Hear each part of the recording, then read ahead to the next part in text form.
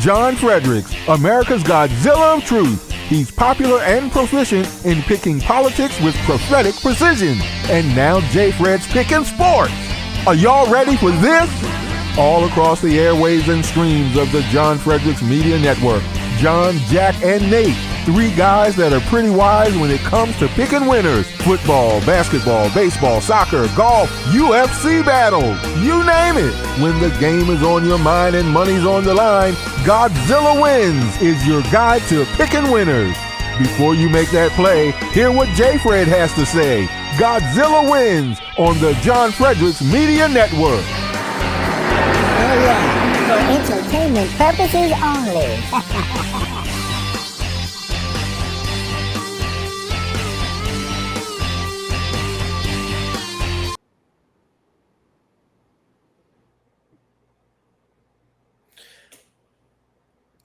Good morning, everyone, and welcome to another edition of the Godzilla Wins Saturday Picks Show, joined by Mitch Rogers, as always, the bon vivant of the Godzilla Wins Network, also working for WV Sports Nation.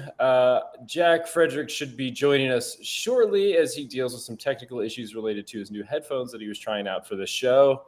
John is probably off somewhere spoiling democracy, and he will join us at his earliest convenience. And Kyle Carrington, a new person on the show, writer for West Virginia Sports Station as well, I assume. Yes. Yes. Okay. I like having a title now. I did something real now. How's it feel? It feels good. It feels good. What did Jack buy? Like the Beats by Jermaine Dupri? He should have bought Beats by Dre. I think so. He said that only one worked. So yeah, whichever one it was, there was some sort of difficulty there.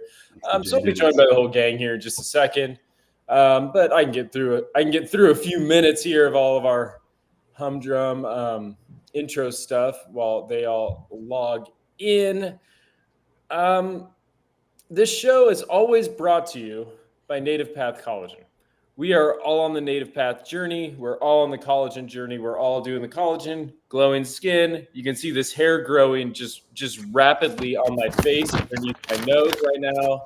In mustache form, you can see Jack's beard growing in. That's because we're all on collagen.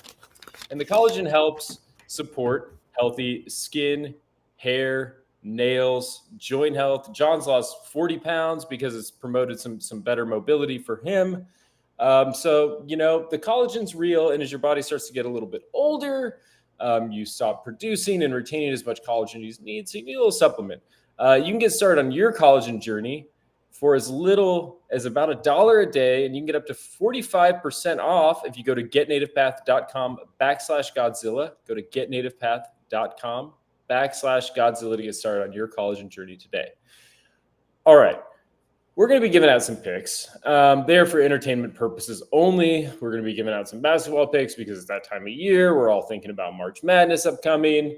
But, if you have a gambling problem, please call 1-800-GAMBLER. If you live in Colorado, Illinois, Indiana, Louisiana, Maryland, Michigan, Nebraska, Ohio, Pennsylvania, Tennessee, Virginia, West Virginia, or Wyoming, call 1-800-327-5050 or visit gamblinghelpline-ma.org. If you live in Massachusetts, call 877-G-HOPE-NY or text HOPE-NY. If you live in New York, call 1-800-NEXT-STEP. If you're in Arizona, 1-800-522-4700. If you live in Kansas or New Hampshire, 888-789-7777 or visit ccpg.org. If you're in Connecticut, 1-800-BETS-OFF in Iowa or visit opgr.org if you are in Oregon.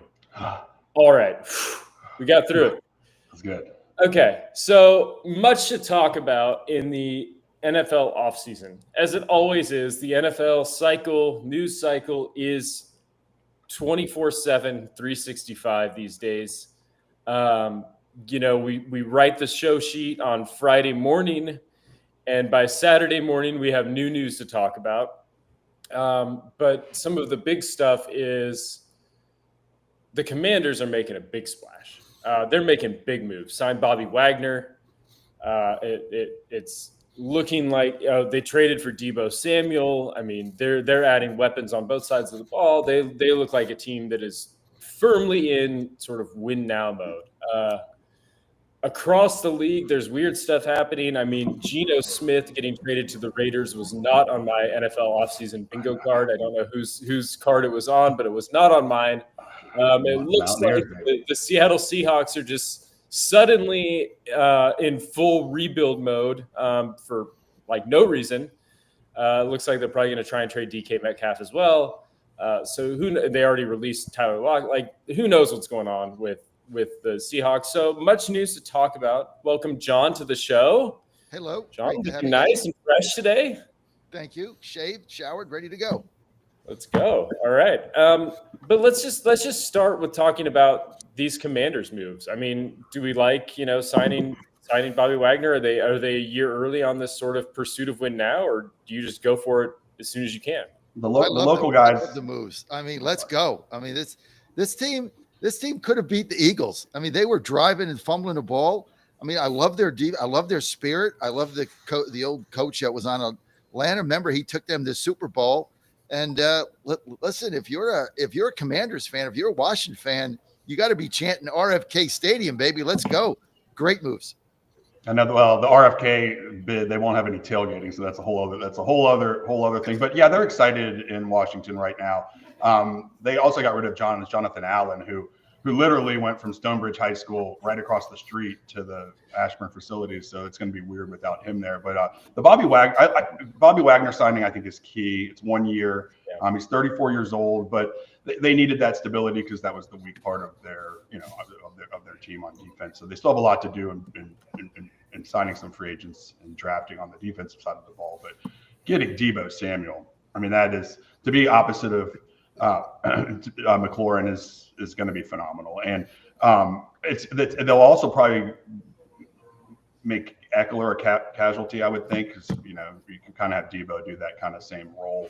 But I don't think they're done. I mean, they're looking for other talent at the wide receiver position too. I don't think they could go DK Metcalf. I mean, that's too much for one position. They have a lot of needs to cover, but the excitement is real, and they have enough cap space to make these moves. And obviously they're in a win now scenario with Jaden.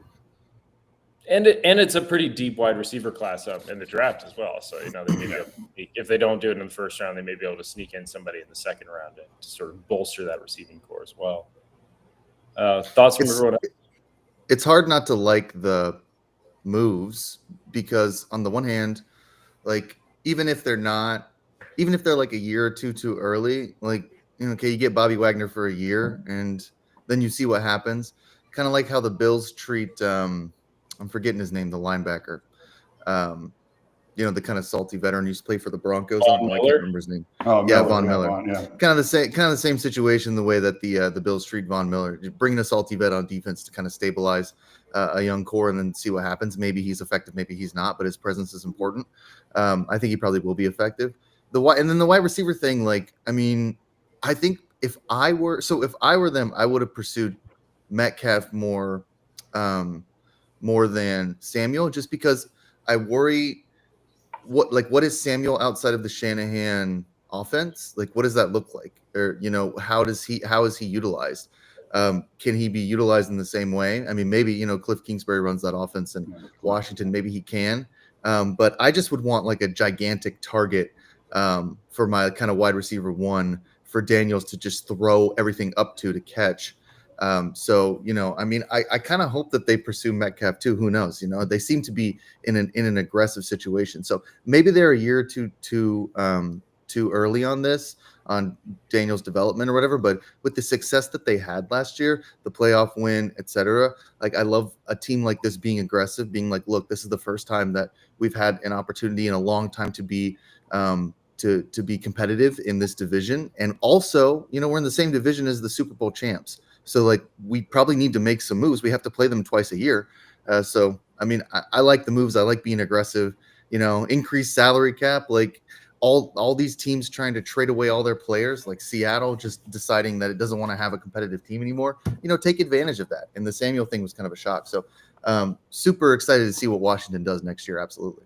Yeah. And I mean, like, What you guys think of this Seattle fire? Well, we're going to talk about that in a second. I mean, I guess I just still want to keep on just because we're not used to like the Commanders doing this, right? Like Commanders fans still have so much scar tissue from the Dan Snyder years where it seemed like it was win now, and then it was also, but let's also try and make some money here, And I think that now you're seeing the new regime and the new ownership, and it really is exciting. Kyle, did you have any thoughts on what they've been doing here? I think it's right to be in win now mode due to the fact that they are the NFC runner-ups. But I think that these moves actually are counterintuitive to that mission. I think Deebo Samuel is a gadget guy. He only had one season where he recorded over 1,000 receiving yards. And then he's coming off his lowest rush total since his second year in the NFL. So I think that Deebo Samuel is kind of on a decline, and he's not even a great route runner or deep threat. So I don't think that he's definitely the answer to put on the other side of Terry McLaurin to give you a superb number 2 guy. And as far as Bobby Wagner, I mean, he had a phenomenal last year, but it's still his lowest tackle total since 2015. So he's on a decline as well, 34 years old. I think that it's right to be in win now mode, but I think they have a lot of more moves that they need to make in order to get there. And yeah, he's right. You're right, Kyle. I think Jack is right about DK Metcalf. I think that would have been a better number 2. Well, he might have been the number 1 guy. McLaurin might be the number 2 guy, but yeah, 1-2 combination. Yeah. It's tough for this. Metcalf is the number 2 guy on like 3 teams in the NFL, and then it's tough though. It's tough for those GMs though, because you don't know if you wait too long. Like DK Metcalf wasn't available at that time, so it's like they made the move that they thought was best, and then you don't know if you're going to have a chance at DK because he literally wants. You got to pay him $30 million plus the contract. There's a lot to that.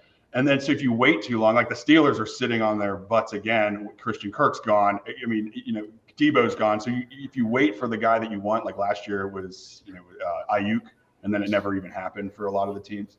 So it's tough, but the Commanders could be in play. I mean, they have, if they feel that that's the move that will get them, over the defensive moves, they could make a play for DK.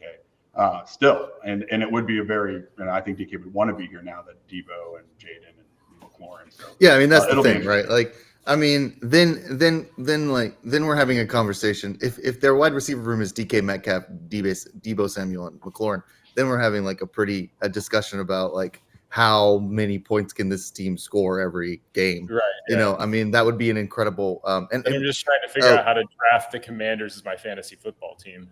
Right, yeah, like the whole Commanders team. I mean, so but I mean, I'm sure someone else is going to pursue Metcalf pretty hardcore here. So we'll see, and we can talk about that in a minute. But as I think, I mean, that's my worry with Samuel is that what do we know about him outside of the Shanahan scheme, and then is the Shanahan scheme and the Kingsbury scheme similar enough where they can put him to work in sort of a weird way and make him successful in that scheme? But I don't know necessarily if he's like an effective wide receiver too. Although on the other side, like I'd rather have him than have to play against him.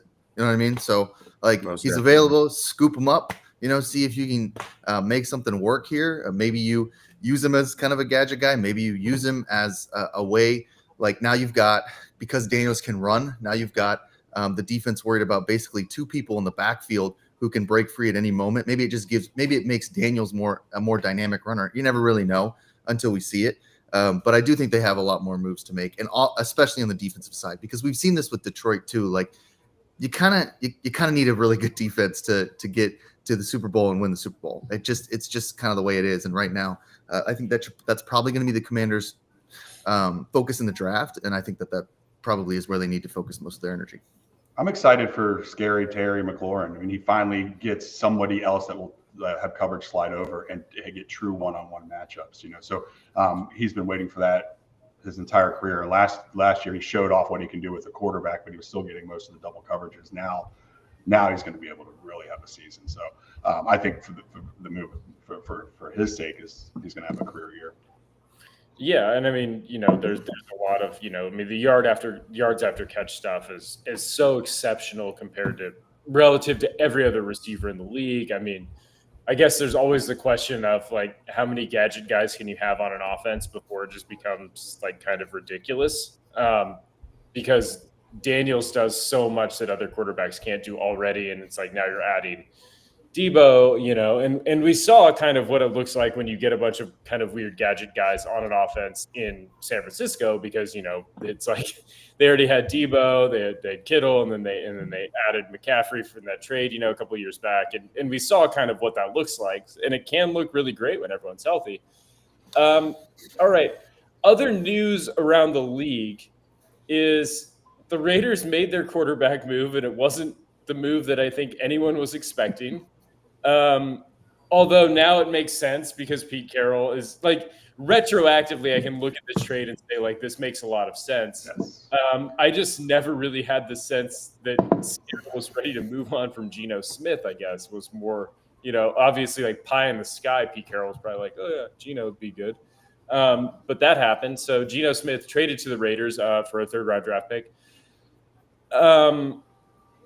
And then, it looks like Seattle's sort of in full rebuild, and it looks like the Raiders are like quickly trying to find like stability at a lot of sort of positions of need, and doing it in a way that kind of makes sense for a change, thanks to Pete Carroll. What do we think about sort of, I guess, the Raiders, so the AFC West, and then also the NFC West, as Seattle seems to be intent on dismantling their team? Kyle, what do you make of like these moves? I think that the Raiders are trying to make some noise in a positive way, but when you pay a defensive end who's not the best at his position, the highest paid non-quarterback, I don't know if that's the way to do it. I think that you could have got a lot in return for Max Crosby, or got him at a better price. Bringing on Geno Smith, I think it makes total sense. He had his best season under Pete Carroll, so I think that makes sense for Geno Smith to be the quarterback, save you some money from a big name free agent, as well as the thought of the unknown from a rookie quarterback. So I think that bringing in Geno Smith makes a lot of sense. But paying Max Crosby, to me, is something I scratch my head about. I love Max Crosby, don't get me wrong, but I think he's maybe 5 if he's top 5 at defensive end in the NFL. And he's the highest paid non-quarterback. That's that signing is move for a famously cheap Mark Davis to just go out and just open up the checkbook on a player. Who knew Tom Brady just made you bring out the checkbook when he joins your ownership committee? Yeah, right. Max Crosby, that contract's going to send waves across the league. You've got TJ Watt with his extension. You got Myles Garrett trying to get a trade in here, and now you've got, like Kyle said, not even the top 3, outside rusher getting the max contract. So, we'll see how the negotiations go in Pittsburgh and with the trade. I mean, that's Oakland. Like, I understand, Nate, that you're trying to give them some like the benefit of the doubt. Be like, well, these moves kind of make sense. It's like, I don't know, like they make sense for Oakland. Like, of course, Oakland's like, or I'm sorry, Vegas. Of course, Vegas is like, this is such a Raiders. These are such Raiders moves that it reminds me of them still being in Oakland, I think. But like the overpaying Max Crosby is like a Raiders move. Like just being like, no, here's all the money. Like we don't want you to leave, and we don't want to negotiate, and so we're just going to pay the 4th best edge rusher as much as they want, so that we don't have to actually engage in like negotiations and do our jobs. So I think that the Crosby one I'm not necessarily like super excited about. I think they way overpaid for Crosby, who is good but not great. As far as the Geno Smith thing goes, I think that's just a move where, again, like the Raiders are in a win now position without any talent because they hired a coach who's like 150. So like they don't have the opportunity, and we talked about this a couple weeks ago. They don't have the opportunity to like, spend 8 years building through the draft. It just can't happen. So now they have to be in this win now mode, but they have no talent around them. So what talent do they have? Well, they have Max Crosby. So let's pay him as much as possible in order to make sure we keep him. And then, okay, we need a quarterback. Well, let's go get Geno Smith. The Seahawks don't seem to be really that interested in having a team after February. So we'll go get him. And yeah, is he like going to win us a Super Bowl? Probably not. But like, can he like, be like a pretty serviceable quarterback for the time being? Yeah. So I think we're going to see them make a ton of moves just because this is just, they're in a win now position without the talent. So we have Washington, they're in a win now position. They do have a lot of talent. And so we kind of have to see what that'll look like. Okay. On the flip side, the Raiders seem to be adding talent. We've talked about the Commanders adding talent. The Seahawks are not adding talent. I've been a long time Geno Smith truther on this show. Pretty much since the dawn of the show, I've been banging the drum for Geno. Jack has as well at various points. Well, he's our Mountaineer too, man. He's a Mountaineer. That's true. Yeah. We're just huge Geno guys here. And it's a shame to see him leave Seattle because it felt like they were building something good. Like, so the obvious next question is, what the hell is going on in Seattle? Like what is their plan here? Like, so you get rid of your quarterback, you're ready to jettison probably a top 5 wide receiver in the NFL. And there seems to be no clear plan. I mean, they're not drafting high enough to draft a quarterback. So like, what are they doing? Like, I think they're going after Sam Darnold. Sometimes you got to tear it all down to build it back up. I think that they in a place where they won't win now, no matter what they do. So if you want to ever get back to the Legion of Boom days, sometimes you got to just start over. I think that that's where they're going with it because they weren't going to win with Geno Smith. So I think they're just going into rebuild mode, which as a fan, if you're a fan of Seattle, you're not liking that. You got to love Tyler Lockett and what he brought to the organization. You got to love DK Metcalf and what he brings to the organization. But I think from financial standpoint, just start over. I think that's where they're going with it. And I think Cal's right. Unless you want to win 9 games every year or like 7 to 9 games, you get into football purgatory. They're good enough to win those, but not good enough to restart. They're so sick at winning 8 games. Like this team can crush like winning 8 games. You know what I mean? And we loved them. Yeah. You're like a Seattle Seahawks super fan. I loved them for one season because we had a futures bet on them like winning the Super Bowl, and we felt like maybe it would get close. Look, I mean, it was fun with Geno, and I think that he can be successful in Vegas. But like, if you want to win 8 games, like you just keep doing what you're doing, Seattle. If you want to actually, compete for an NFC championship or possibly a Super Bowl, then I think you do have to tear it all down and figure out how to rebuild with a coach you like and an organization that has shown that they can rebuild. Like this is an organization that makes pretty good personnel moves. And it's worth noting that, they do have a new regime, right? Mike McDonald, this is his second year as the head coach. It makes sense that now they're starting to allow him to sort of explore possibilities on the roster that maybe he wants to pursue and players that he wants, So, I mean, in the sense of anytime anybody gets hired in the NFL, they want to be able to make some personnel moves that they think better suit their sort of coaching philosophies. And it seems clear that Seattle is all in on implementing whatever Mike McDonald might want to do as far as building a team. John, thoughts on the Raiders coming up and the Seattle going down? Now that you're back. I mean, it's if you're a Seattle fan, I mean, it's they have a great fan base there, and I'm always looking out for the fans on these shows, because of what's happened to me over the last 70 years or 60 years, whatever it's 60, right? Whatever it's 67, what's ever going on. But I mean, if you're a Seattle fan, like you just had a fire sale, so you're basically giving up on 20. What would it be for football? 2025, right?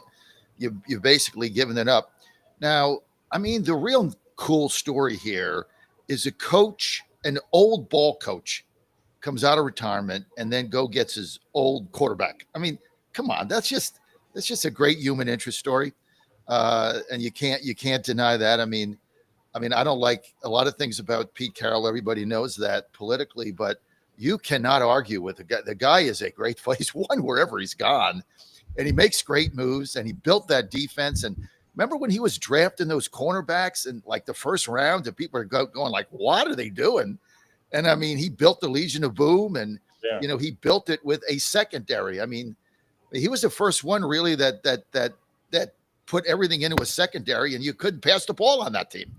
So he was visionary. Yeah. I mean, like he was visionary. The era of big cornerbacks was Pete Carroll being like, all right, like 6'1's not too big to play cornerback. It's exactly. Yeah. And the thing that I love about this story is you go out and you get the so-called washed up coach gets a so-called washed up quarterback and brings him back because he won games for him in Seattle and he likes him and they have a good rapport. And to me, that's kind of he's not his father, obviously, but that's kind of the father-son relationship. You've been there for me when I didn't have a quarterback. You bailed my butt out. You made my team competitive. And now I'm going to give you a shot as we try to rebuild really a sorry franchise. I mean, that Raiders, Titans, the Bears. These are just sorry franchises. And no Bears slander. Right. I'm a Bears fan, by the way. I know. Well, you know what? You're at least you've got a quarterback that doesn't give the ball to the other team 3 times a game. I knew at some point we'd start talking about the Titans. 25 minutes into the took show. a while because John had some connectivity issues. So it took longer than it should have. The Astros came in somehow. I know. I think Jack's got his Astros cup now. I saw that. But he didn't turn it around. I think next time we just leave him backstage if he's going to bring up the Titans. Back to the Seahawks though. Yeah. I think Jack, you brought up a really good point too. Like middling around 8 and 9 wins. What I imagine when the general manager had to look at the division and the rest of the teams in the division, when you have kind of San Francisco in kind of this weird spot where they're not as dominant, maybe on the decline a little bit. Arizona is just kind of whatever. LA's old. So this is the time if you're going to blow up your team and rebuild, it's now. Because if it's, in 3 or 4 years, these teams that are a little bit better than you in the division right now aren't necessarily going to be. They're going to have different teams and they're reshaping their rosters too. So it seems like it's a good time for this to happen. And I think Gino, didn't he ask for a trade? Is that what happened? I wasn't aware of that being. That's coming out today. I'm like, I wonder what. So you wonder what was happening internally too. You wonder what was happening internally, which kind of is like the next thing that I want to talk about. Is we've kind of talked a little bit about DK, and we've talked like it's a for sure thing that he's going to get traded. But there's a part of me that wants to explore the possibility of like, did he just not like catching passes from Geno?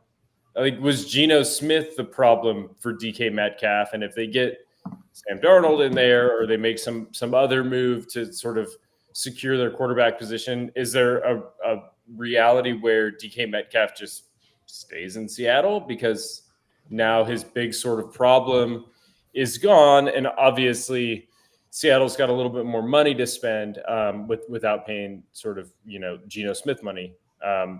If they get a free agent quarterback, that money probably goes back out the door, and DK Metcalf doesn't see any of it. But is there any part of us that thinks that maybe this is like a Geno DK beef, and now that beef is resolved? I can't imagine. Who's the backup in Seattle? It's kind of stretch. It's a good analysis, but it's a good hypothesis, but I don't know. Because none of that's been reported right in the press. So we're just doing radio right now. That's true. You have to. We need clicks, dude. We need clicks. Look, you have to. That's right. Yeah, you have to assume the null hypothesis is true, which is that there is no relationship between the two variables. So I just think if you're Geno Smith, or I just think if you're like DK Metcalf, like Sam Darnold's your answer. Like that's who you're like sitting around being like, you've been waiting around. You're like, oh, thank God. If we could get rid of this bum Geno Smith and give me Sam Darnold, who's gonna take us to the next level, like then there's something like completely wrong with just your own. You need to DK Metcalf needs to just like sort of reassess who he is as a person. If Sam Darnold is somehow better than Geno Smith, I mean they're basically the same quarterback in many regards. So I think probably yeah, me too, right? So I think he probably wants out, and they can get so much for him. I mean, he's still young and he's so he's great. Like he's such a The terrific initial trade player. was supposed to have both of them. Yeah, There were initial trade talks that had DK and Geno going to. See, Vegas. that would have been fun. So Yeah, DK for Crosby. For Vegas in a separate trade because they were definitely interested.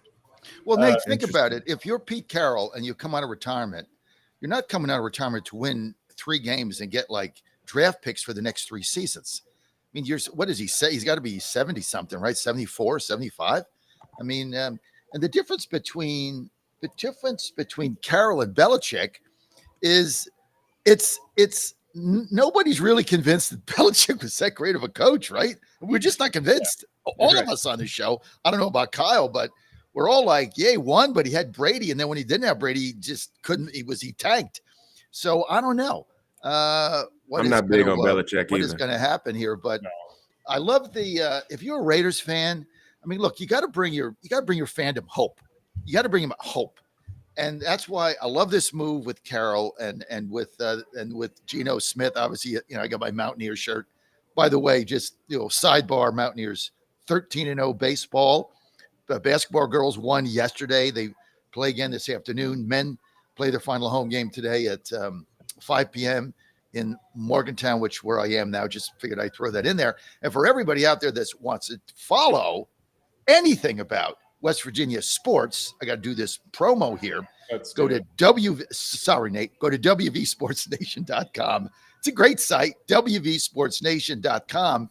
And you can get the #1 columnist in West Virginia, Mitch, please, right there. Mitch Rogers doing the column. You can get that plus all the game previews and recaps. And it is going to be the #1 site over time. WVSportsNation.com. Bookmark that. But I tell you why Pete Carroll's back, because he's taking Healthy Cell, and he's going to be taking that, man. He's feeling good. He looks great. He's been taking Healthy Cell. He's getting sleep. He's going to bring all his Raider teams Healthy Cells. And the #1 thing that you can do for yourself is get a good night's sleep. Now, I slept last night. Get this, Nate. I slept 10.5 hours here at the hotel. I went to bed at 8 and I got up at, 7:30 or something. So what's that? 11.5 hours. 11.5 hours. The early game.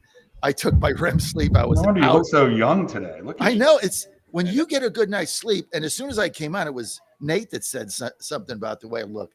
Because I'm getting, 4 or 5 hours a night, 6 hours max. You get 10.5, 11 hours sleep with your REM sleep. You jump out of bed, you feel like a new man. All you got to do is go to healthycell.com. I've been saying this forever, but the majority of people that are listening to me have not bought it. So buy it, because you get 20% off with Godzilla. Go to healthycell.com/Godzilla, healthycell.com/Godzilla, promo code Godzilla. Get your REM sleep, get your vitamins there, your biovitamins. The other thing I take is the Focus. We'll talk about that a little later on. Keeps me sharp as a tack so I can do battle with you know who. And it's all good. Go to healthycell.com/Godzilla, promo code Godzilla, 20% off. Yeah, you had so much sleep that where are you doing this show from? It looks like an abandoned restaurant because there's no noise. But I see a toddler's high chair behind him. I got to move that chair. He's got a microphone from 1983. Yes, this is where this is my little green paint. This is my little travel mic, but this is our home away from home in Morgantown, which is the Marriott Courtyard right across the street from the baseball stadium. So everybody knows that I have a show Saturday morning when I'm here. So they clear out my area and give me this spot, but I do have to VIP, baby. Got to get the baby thing in the back out. And these microphones. Sorry, yeah, that's awesome. Keep my fault. Just keep touching your microphone. That's great for radio. Just bang on it. Just keep, we'll work.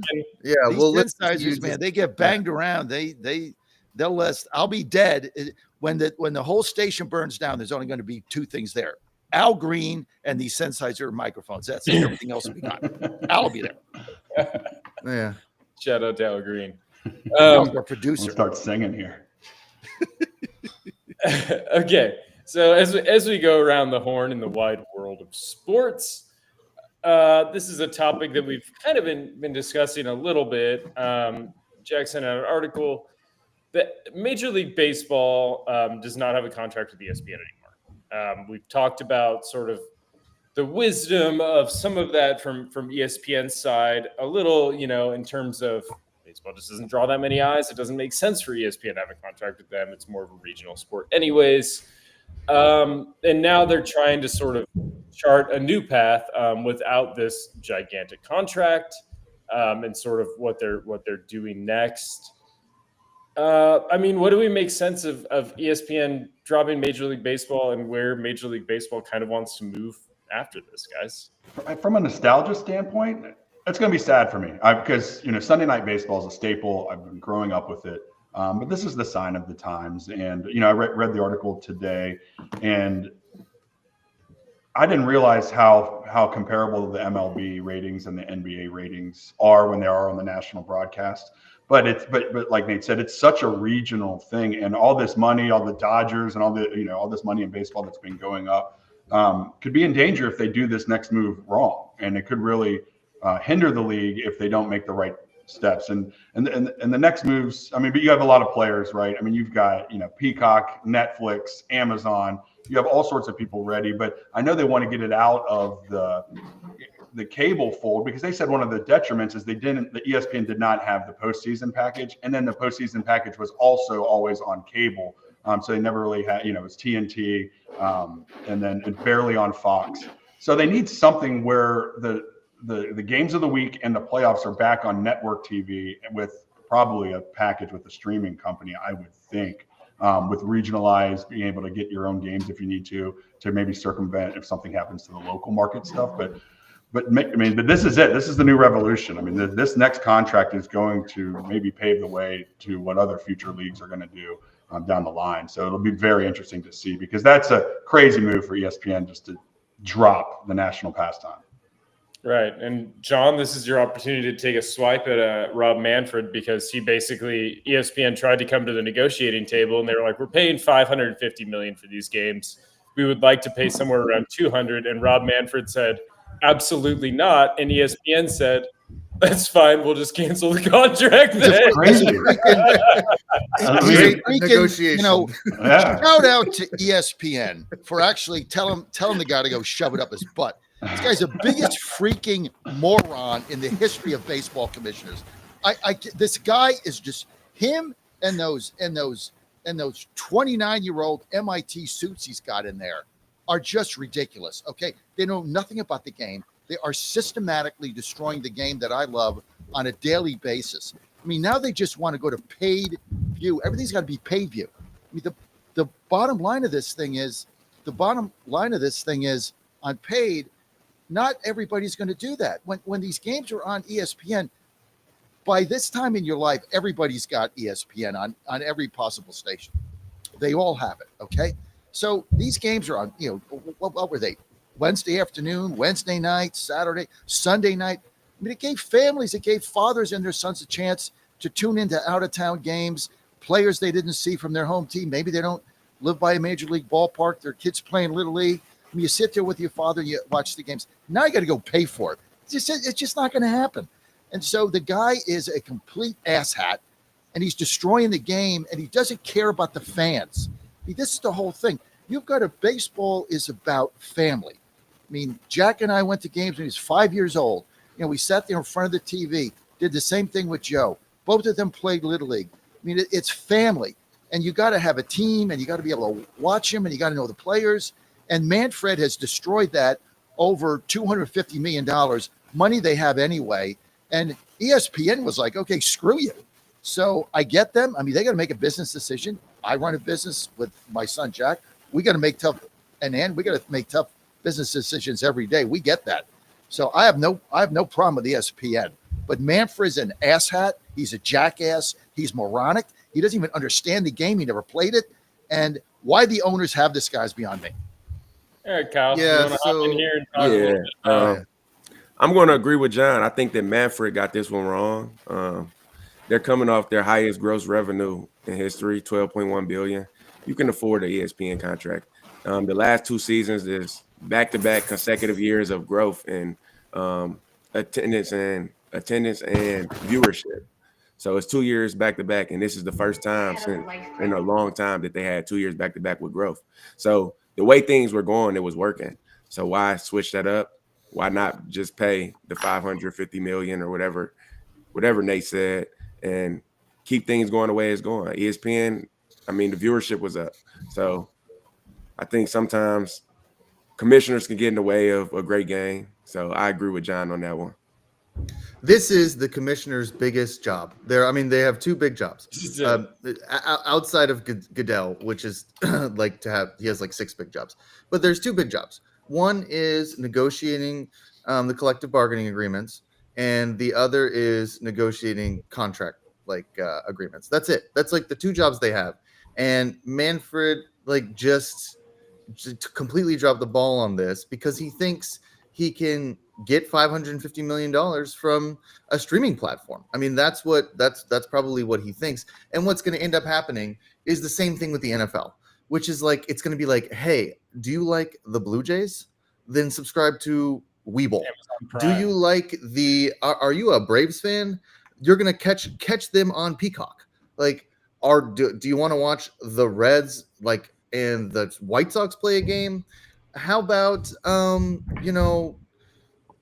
Red Sox Plus? It's gonna be this thing where you're cobbling together all this stuff. So we'll see what happens in the future with some of this with some of the contract stuff. But I think that's just what he thinks. I think he thinks, hey, the future is Netflix, the future is Peacock, the future is all these streaming platforms willing to pay over market value because they want a market share that they do not have. So whereas ESPN has this market share, has dominated the market for 70 years, however long it's been, maybe not 76, 50 years, something like that. Now, Manfred says, okay, I know that Amazon is willing to overpay because they want part of this market share. The problem with these streaming sites is they like a platter. Like, they want to be able to pick from the buffet of options like they do with the NFL, because that's how streaming platforms work. They run their algorithms and they try to find out what is most popular and what makes the most sense. And so Amazon's not going to sign a $500 million contract to carry all of baseball for the next 5 years. They're going to say, hey, we want the Yankees, Red Sox, and we'll overpay for that, but we're not airing like Mariners games. Like, we have no interest in that. And so he's going to have to end up cobbling together something kind of like the NFL does. And look, Roger Goodell's really smart at this stuff. Maybe this is the right move. But I think you probably come to the table with ESPN and try to figure it out because it's both of their brands. MLB is always on ESPN. ESPN always has the MLB. And so you're seeing a shift here, and I'm sure we'll adjust. But I think that's what Manfred is thinking, is just like these streaming platforms that are desperate to get into the market are going to pay based on the value of my sport because they want part of the market share that they don't have. And then I can negotiate with ESPN in a couple years. My favorite part of this was that Rob Manfred was reportedly annoyed at ESPN trying to come to the negotiating table on this, and that's why he shut it down. He was like, "This is ridiculous." ESPN carries the other contract, the other pro sports contract that they are comparing this to is the NBA. The NBA is also carried by ESPN. Rob Manfred's not in the wrong here. ESPN just spent $76 billion because they're getting the full NBA package over here.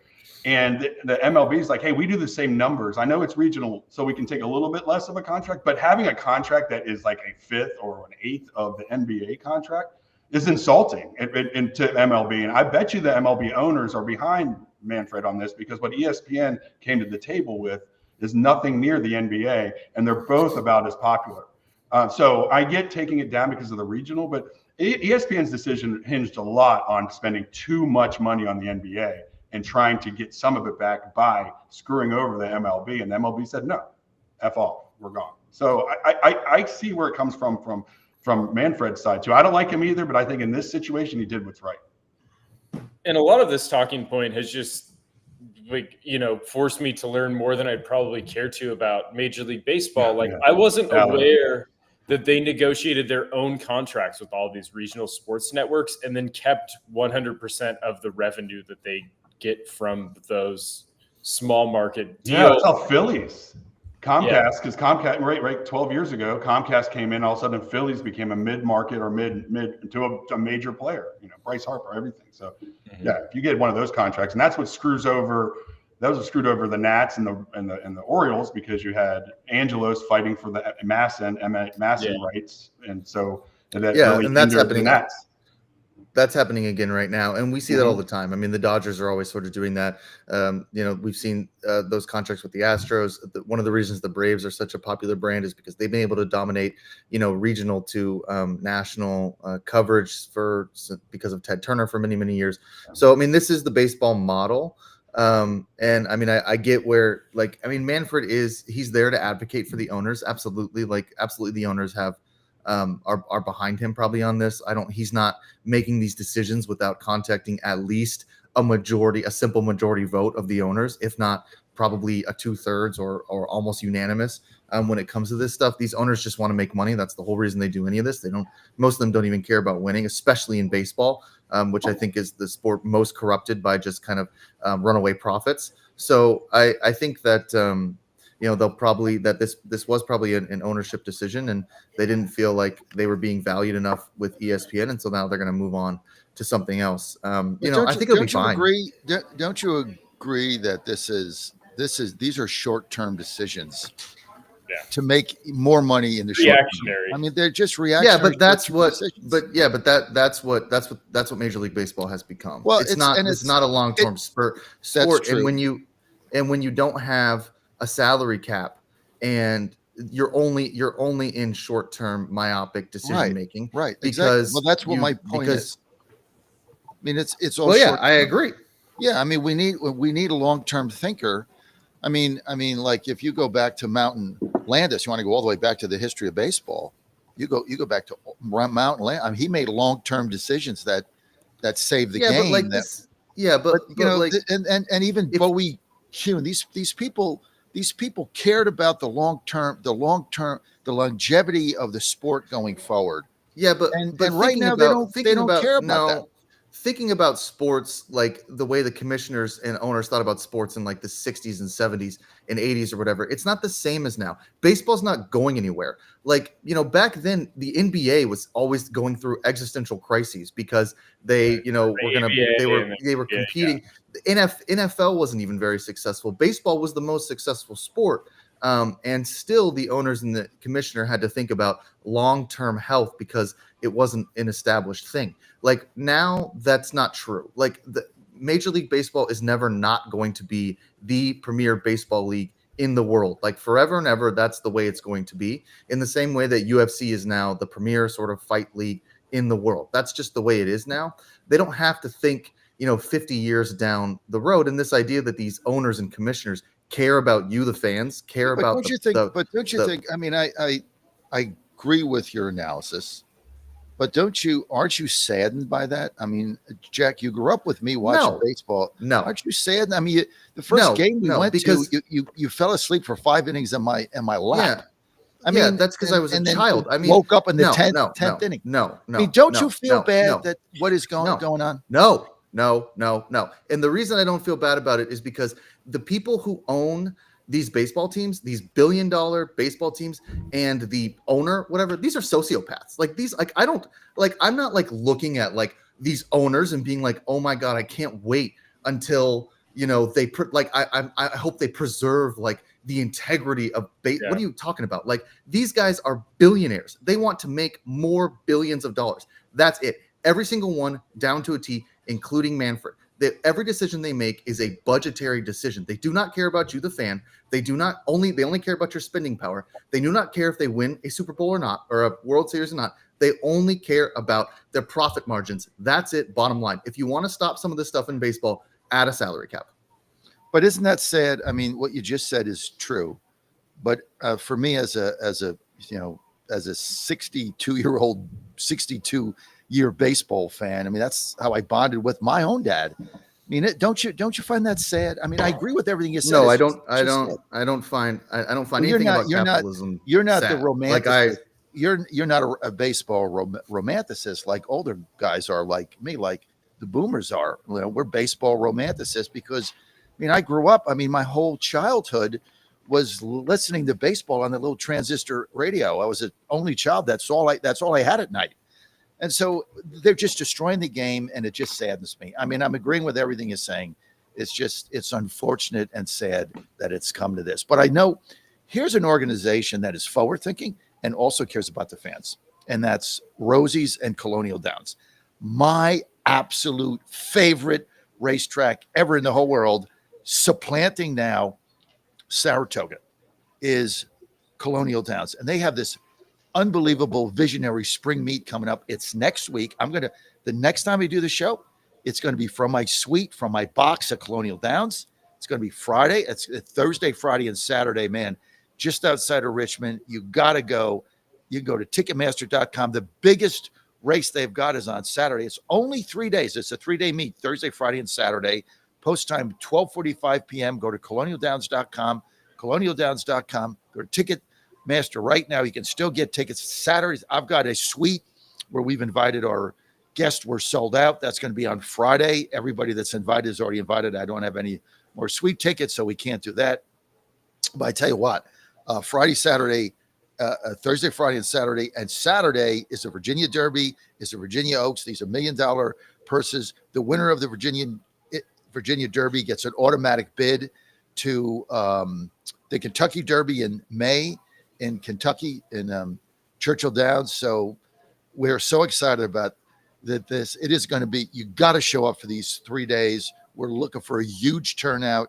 I mean, we sold the state on Give Us a Meet in the middle of March. We got it. It's phenomenal. Thursday, Friday, Saturday, March 13th, 14th, and 15th. My suite is all 3 days, but I'll be hosting everybody on the 14th. And you can go and get tickets right now. Go to Ticketmaster.com, Ticketmaster.com in Colonial Downs.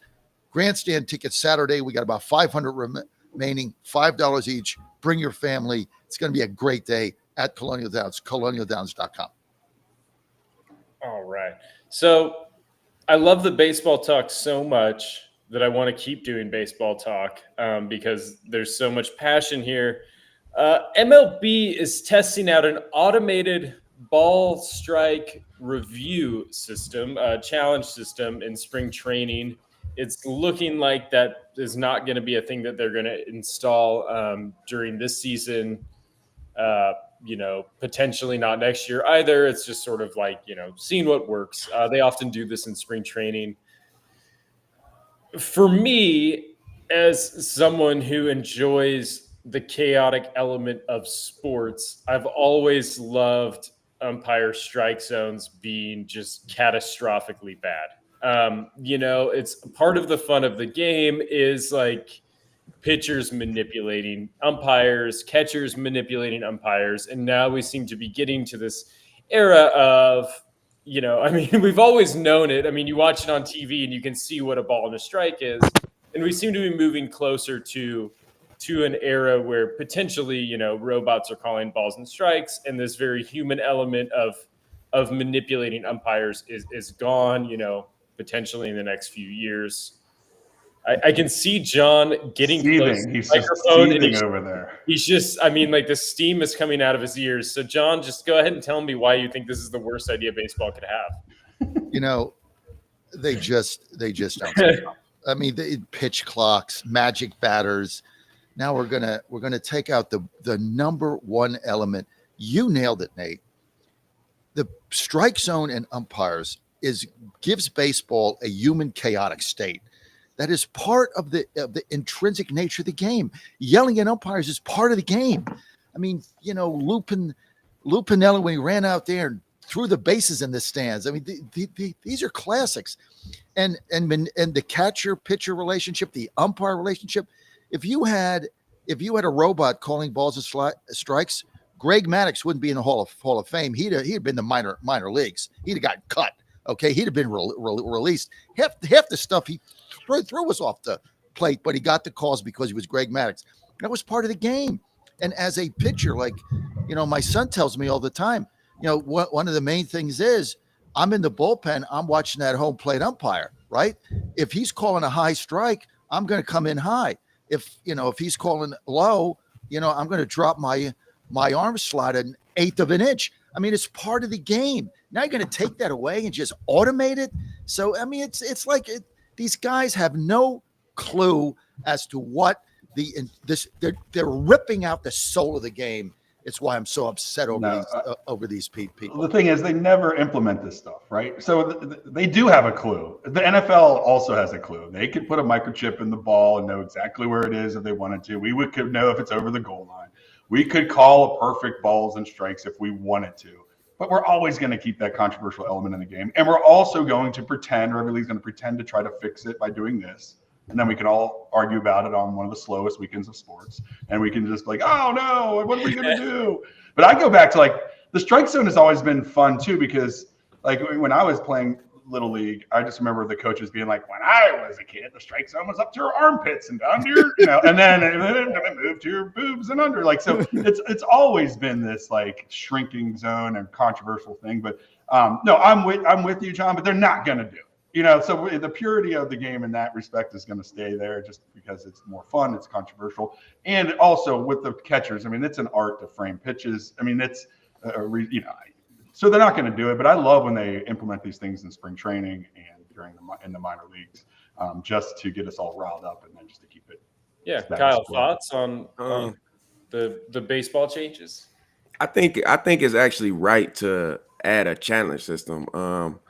Looking at all the readings I've been doing on it, it looks like they're going to keep umpires in the game, and they're just going to go with the challenge system. They did a survey for the minor leagues, and 71% of people said that they still prefer the umps to call the game, but they just want three or fewer challenges for a game. And if you get a challenge, you probably retain your challenge, stuff like that. And the rule that's been going on is only the batter, pitcher, and catcher could challenge. So no managers can challenge. I think if a batter is challenging a lot, you might see a lot of failing. Actually, in minor leagues, 51% of calls that were challenged were overturned. So it's still 50-50. It's not like every time you challenge it's going to get overturned. The umpires are always wrong. I think that adding that element is no different than NFL having review nowadays. I think it's good. I think it's good for the game, the integrity of the game. I know that we want to stick with our old school values and the human error, but sometimes those calls affect the game so much that you got to get them right. In the World Series, I don't want a team to win a World Series on throwing a ball four called strike in the full count for the game. So, right. I love fan and attacks. These guys, shout out Angel Hernandez for getting about 93% of them right, which is good for around 67th out of 85 qualified umpires. Yeah, we keep those guys employed. I'm also tired of like watching a World Series game and the announcers being like, well, this ump's not seeing the strike zone. Like this entire game, you could basically just throw out because their strike zone is a mess. So I think the challenge system is right. If you think that AI is going to decrease the amount of chaos, you are so wrong. You don't spend enough time talking to AI, because AI is one of the most chaotic machines that I interact with AI. I love AI. I interact with ChatGPT and Claude all the time. And these machines are so chaotic. There is going to be like, if you were to just do this for a month, the chaos would not decrease. It would probably increase.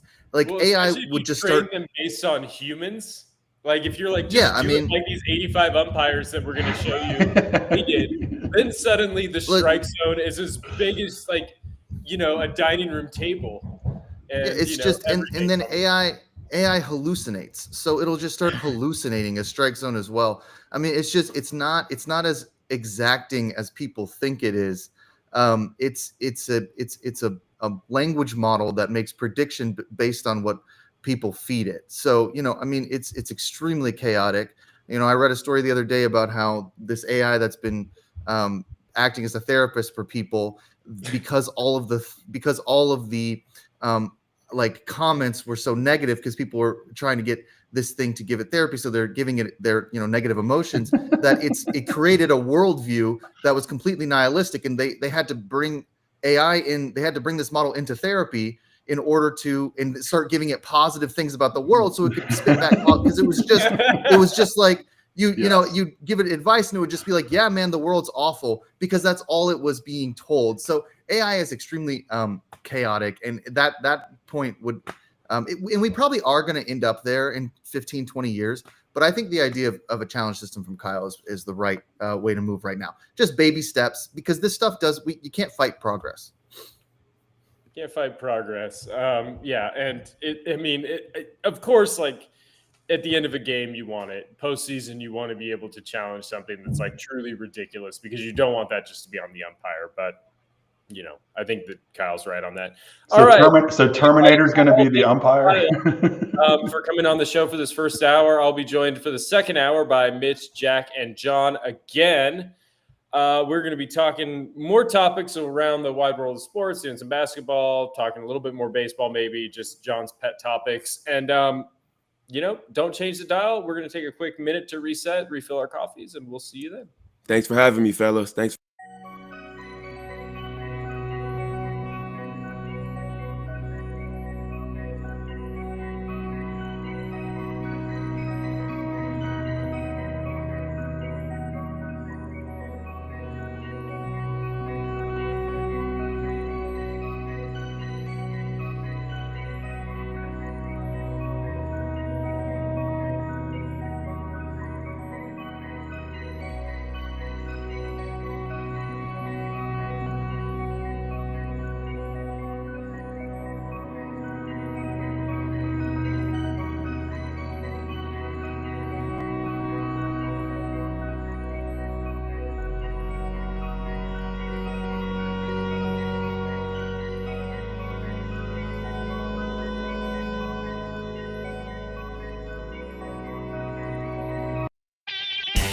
You're listening to Godzilla Wins on the John Fredericks Media Network.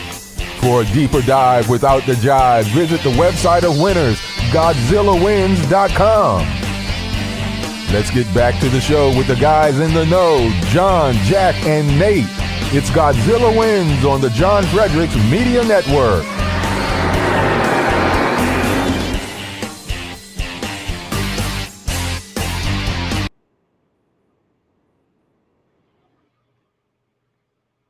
Welcome back to hour 2 of the Godzilla Wins Saturday Pick Show. I am joined, as always, by the paterfamilias of the John Fredericks Radio Network. John Fredericks, who's just standing up as I introduce him.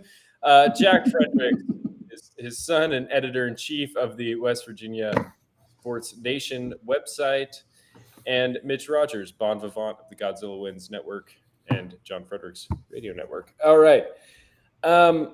Columnist for WV. Columnist for have a real title now. I mean, like Sports Nation. Yeah, Mitch, man, please. That's right. Mitch, please. All right. Well, when John gets back, I was gonna just finish up our baseball topics, but instead I will tell everyone that this show, like many others, is brought to you by Native Path Collagen. We're all on our Native Path journey here. We're all getting a little older. We're not getting as much collagen as we need. We're not retaining as much collagen as we need to support healthy skin, hair, and nails. And you can fix that. Our friends at Native Path got you a screaming deal. You go to getnativepath.com/Godzilla, and it'll get you up to 45% off of your collagen. And it has been huge. John's lost 40 pounds on his weight loss journey just from having a little bit of added mobility and joint health from the collagen. All of us have noticed increased hair growth, skin, nails. It's been great. I mean, you can see this mustache on me. You can see Jack's beard. I mean, all of us are experiencing some hair growth, even in places that you wouldn't expect it, like our faces. So it's been great. Go to getnativepath.com/Godzilla. Get started on your collagen journey today for up to 45% off and as little as $1 a day. Okay. while John's gone, I think that I'll do this. We're going to be giving out some gambling picks here at the end of this hour. We're going to be talking college basketball. We're going to be giving out our hottest picks of the day. And if you have a gambling problem, I want you to remember that these picks are for entertainment purposes only. And if you have a problem, call 1-800-GAMBLER if you live in Colorado, Illinois, Indiana, Louisiana, Maryland, Michigan, Nebraska, Ohio, Pennsylvania, Tennessee, Virginia, West Virginia, or Wyoming. Call 1-800-327-5050 or visit gamblinghelpline-ma.org if you're in Massachusetts, 877-GHOPE-NY or text HOPE-NY in New York, 1-800-NEXT-STEP in Arizona, 1-800-522-4700 if you're in Kansas or New Hampshire, 888-789-7777 or visit ccpg.org if you're in Connecticut, 1-800-BETS-OFF in Iowa or visit opgr.org if you're in Oregon. John, welcome back. We were just about to talk about the wisdom of the Houston Astros putting Jose Altuve into left field. Yeah, baby. There's, the dimensions of formerly Minute Maid Park are not such that anyone is climbing over the wall to really rob a home run over there. So that's, not a huge factor. But Jose Altuve is probably 5'6" on a good day with cleats on. That's small. If he stands on a trash can, he's taller, so you can put one out in left field. Yeah, stop. Just hop over. Yeah.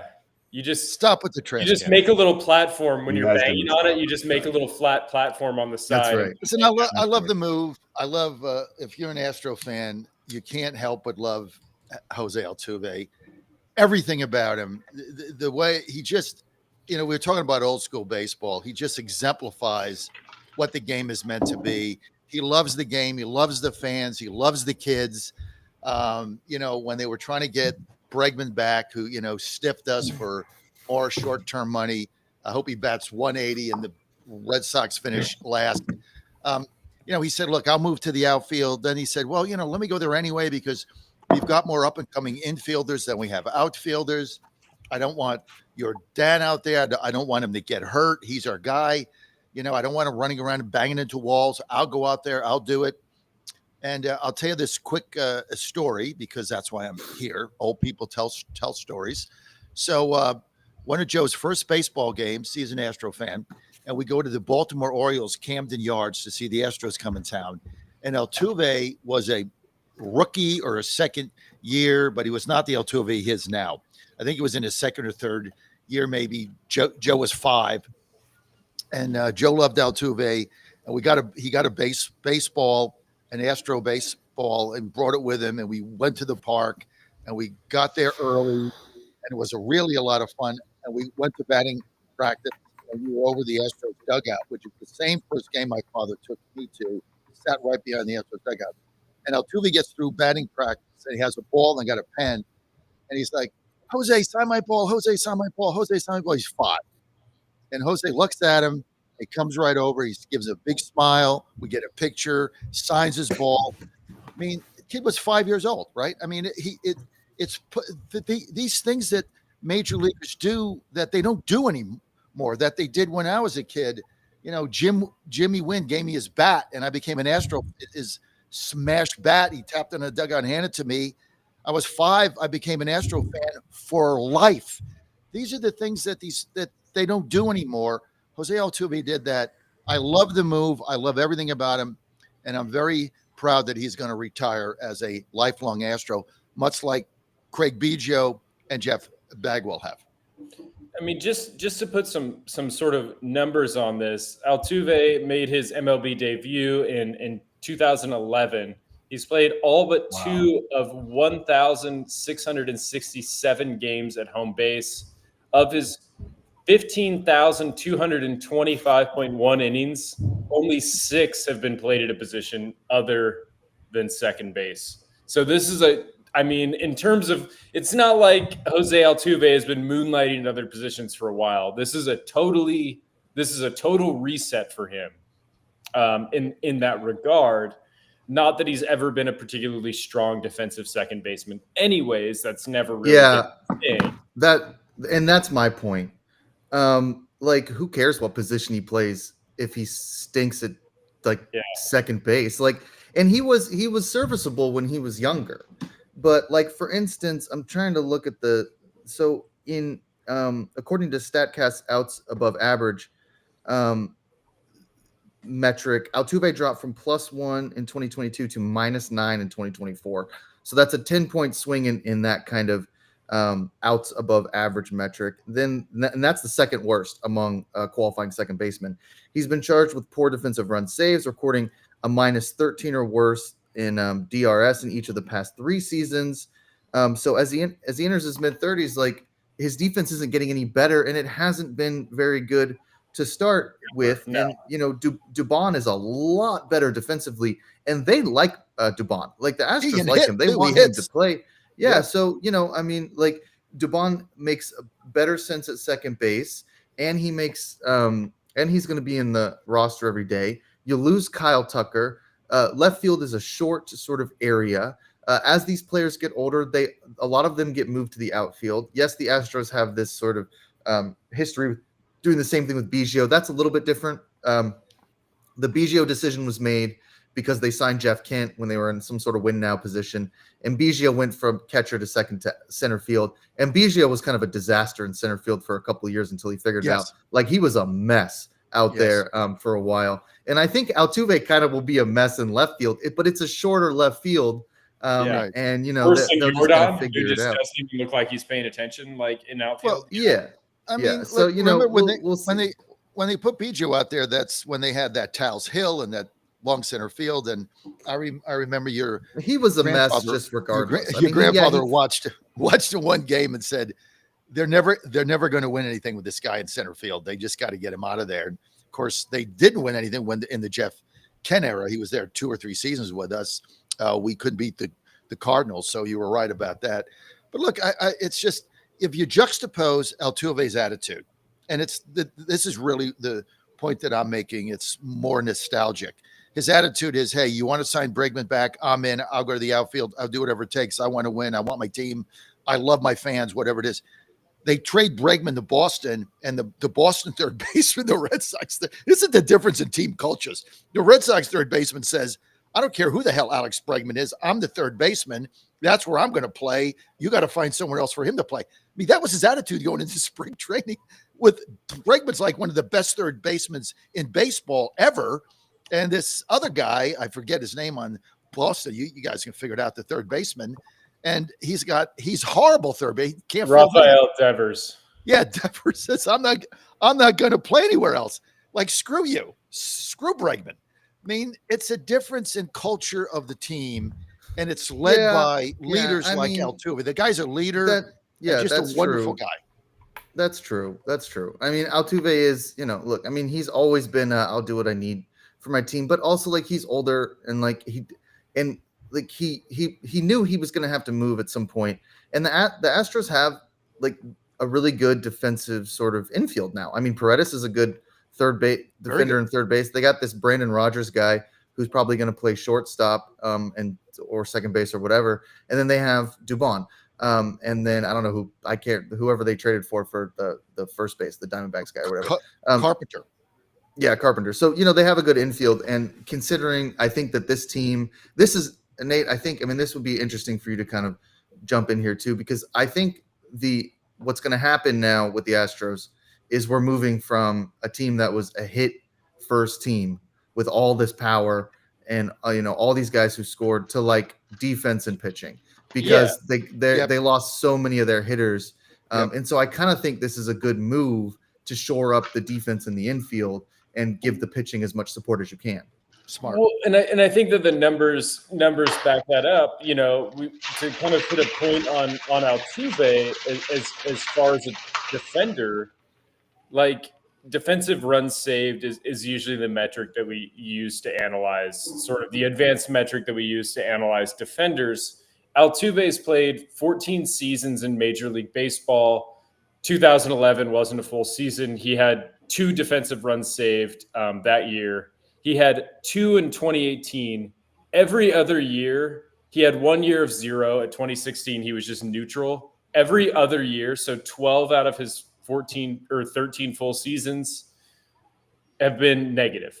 I mean, he's minus 13 in defensive runs saved in 2024, minus 13 in 23, minus 15 in 22, minus 3 in 21, minus 3 in 20, minus 1 in 2019. Like, he's not a good defensive second baseman. He never has been. Never been his thing. It was just second base was the place that they could kind of cover him up, especially when he had Correa, because Correa was so good at shortstop that, you know, you could hide a lot of his warts as a defender, just given the team sort of construct. So, I mean, it makes sense from that perspective. I know that we were going back and forth in our group chat about it, and I was like, this is the stupidest idea I've ever heard. And all of us were just sort of like beside ourselves. And I think that we've had a couple of days to sort of calm down and realize, like, okay, like, this actually makes the most sense for this team, I think. Mitch, do you want to pop in here? I'm good, guys. Hey, I don't have much on the after. I don't want to bang the drum anymore and do trash can jokes. So I'll just defer. Yeah, thank you. All right. Because, I'll go to ripping up. because I You live in don't Pittsburgh, and I'm don't trying wanna to rip give your team, you know, a little bit of love. And by the way, Mitch, don't forget, we got 3 boxes. We got the Suites, 3 games. I think it's June 2nd, 3rd, and 4th. Tuesday, Wednesday, Thursday. We got it all 3 of them. We're carrying the Pirates on one of our stations in West Virginia. We're carrying them in Pittsburgh. Of course, the 3 games that we picked for the boxes are the 3 Astro home games in Pittsburgh. So we're going to be doing them. You and your whole family's invited. Bring your girls, bring your wife, bring everybody. We're going to have a lot of fun there. So Okay. Yeah, I'm trying to give your team a little bit of love. I'm just messing around. I know. I'm envious. I would love to have an Astros team. I'm a Pirates fan. I can't say Well, anything. I like our team. I don't know how we got on this topic, Altuve, but I like our team going into this season. I love our pitching. I mean, it broke my heart to see Ryan Presley leave, but you know, he did what he had to do with Hader there, but it didn't work for him. He deserves a chance to close. Normally, when we get rid of an Astro player, I hate them, except for George Springer because he stutters, and Marwin Gonzalez for obvious reasons. But I love Presley, and I hope he has a great season with Chicago. The Astros really had no choice. They had to give him an opportunity at the end of his career to go back and close, and I'm happy they did that. But we got a great bullpen. We've got great frontline starters. One of these days in my lifetime, McCullers will pitch again. But we got all these guys coming back from injury. Garcia, Javier, we got Framber, we got Hunter Brown, we got Argetti. We got great frontline starters. We got a great bullpen. It's going to be the strength of this team. And Jack's right. We're going to pitching and defense, and that's kind of like old school Astros. When I grew up, that's what we did. Nolan Ryan and Larry Dierker. I mean, with Don Wilson, no hit, great defense. Yeah, but they never won a World Series. So, Right, who cares what they did in like '82? And Like, Lance they never McCullers won a World Series. The Satchel Paige phase of his career. It's not necessarily Yeah. All right, No. so let's talk about okay. So we're moving on in the show from one of John's pet topics, which is the Astros, to one of his other pet topics. And John, you're going to lead the way on this. All things West Virginia sports. Give us the Mountaineers update for as long as you'd like on everything that you've been thinking about. Mitch, I know that you are dialed in as the WVSportsNation.com columnist on all things West Virginia sports. So hop in wherever. What's going on in those countries? It's the heyday. And again, couple things. Go to WVSportsNation.com, our new website. Jack's the chief operating officer, doing a super job. How he put this together, Jack, absolutely phenomenal work. I mean, you're really a brilliant organizer. How we pulled this thing off in a couple of weeks is beyond me. I mean, it's a regular website now. We got 7 writers. We got an editor. Go to WVSportsNation.com. We're in the media desert, and we are filling it. This is the oasis in the Morgantown media desert, WVSportsNation.com.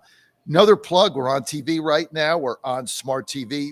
We're on Fire Stick and Roku and Apple TV. If you have any of those devices in your smart TV, we're on there right now. Whoa. And I've got a lot of feedback from different people. You can also get it on your iPhone or your laptop. You can do that by just putting in jfmn.tv,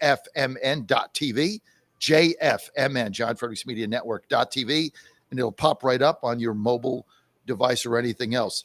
This is right now the heyday for West Virginia athletics. They got the men's basketball wraps their season up tonight against UCF. We look for a win there. Going to the tournament, got a shot. Going to the dance, got a shot there.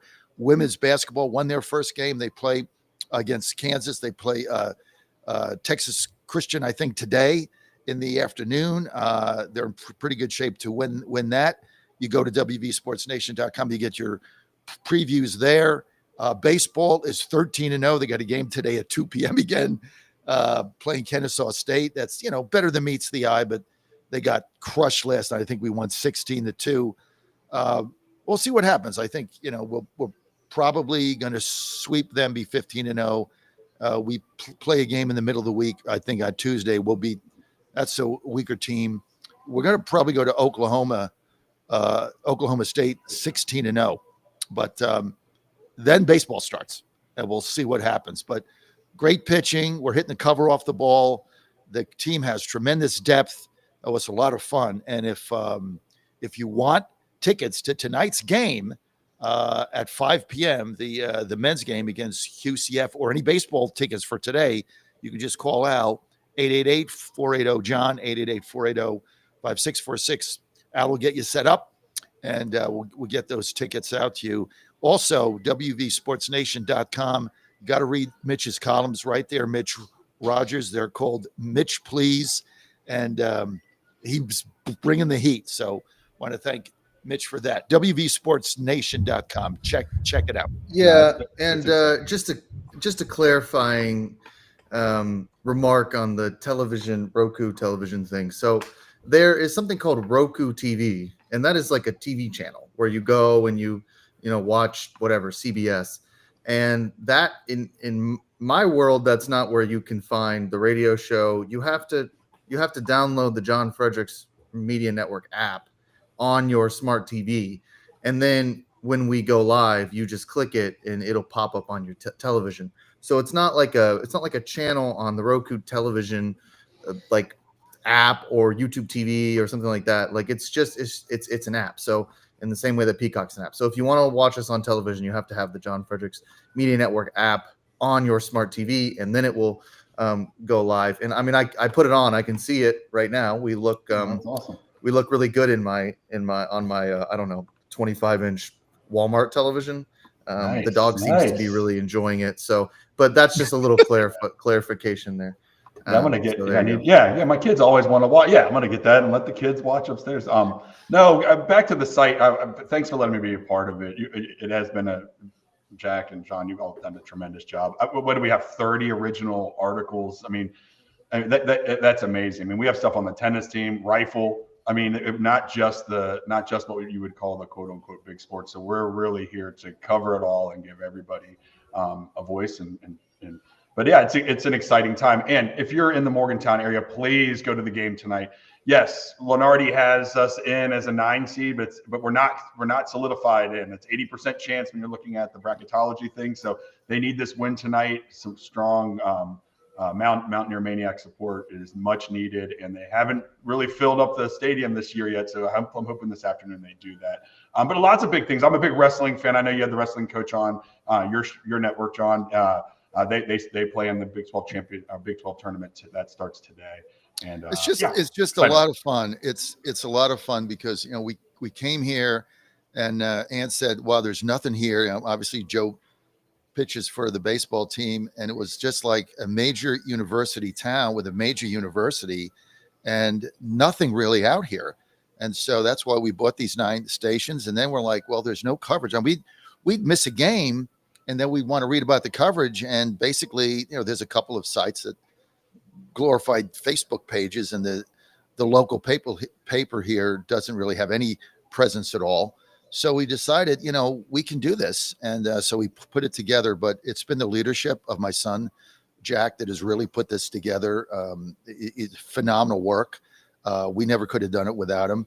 But then the thing that I love about it, Mitch, is the number of young writers that we've hired, that we give an opportunity to do something they love and get a byline and write real stories for a real site, and get paid, as Jack says in his About Us, when you go to the site, get paid a decent wage, and shows them respect.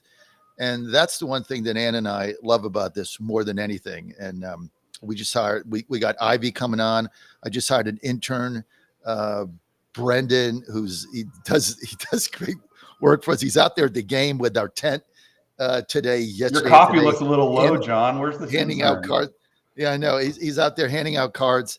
I mean, it's a great opportunity. And I also want to thank our sponsors for believing in us: J&L Energy, Hope Gas, Vision Homes, Generators Plus, our early sponsors that funded us on a vision. We didn't have anything to show them but a logo, and they believed in what we were doing, and they funded us at the beginning. And I want to thank them.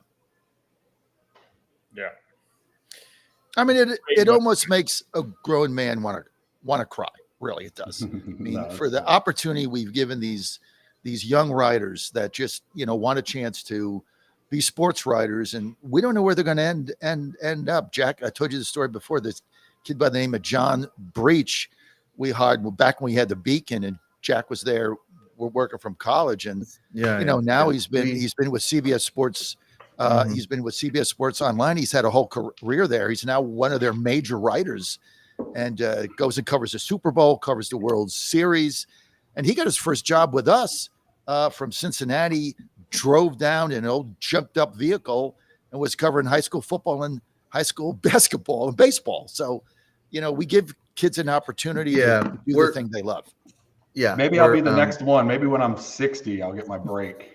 You'll see me maybe. I think we're flirting with like going from promoting a website to modeling. So maybe we move on from kind of the modeling discussion. The podcast. No, I love it. Yeah. I love our work. All right. Okay. Let's talk about a sport.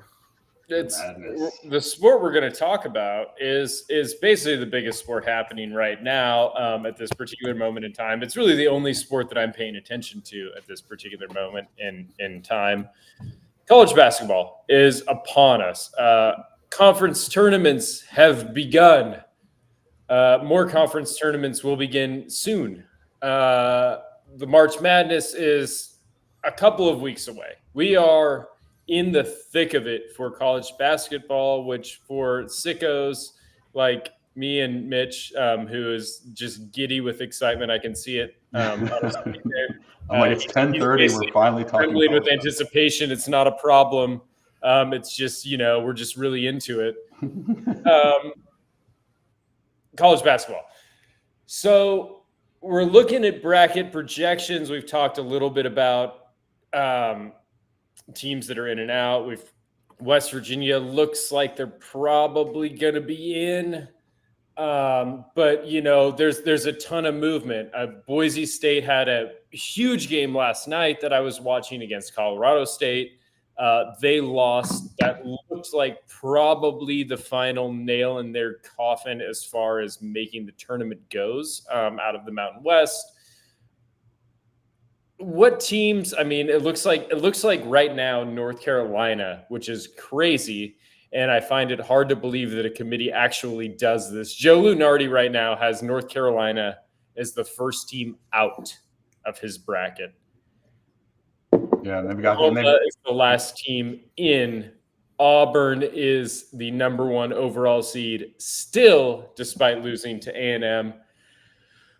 For the people at home that aren't tapped into college basketball, what the heck are we making of this? I mean, I just find it hard to believe that all of these big wigs in the selection committee look at UNC and if they're bubbly, think it's probably best to just leave. If you're a bubble, I mean, if you're a true bubble team right now and you see UNC on the bubble line, yeah, pack your bags because they're going to get in. All they're going to have to do today against Duke is just play competitive. I don't even think they have to, necessarily win just to be on there. The bubble is very weak. The WVU has played really well and has some top quad one wins, but in any other year, they would probably be like last four out or are truly bubbling right now. The fact that they're a 9 and could be an 8 or 7 just shows you it's kind of weak at the bottom end. But going to the top seed, man, and I'm a Bama fan. I hate Auburn, but if you're just getting into this, Auburn may have put the best regular season up since Kentucky went 38-0.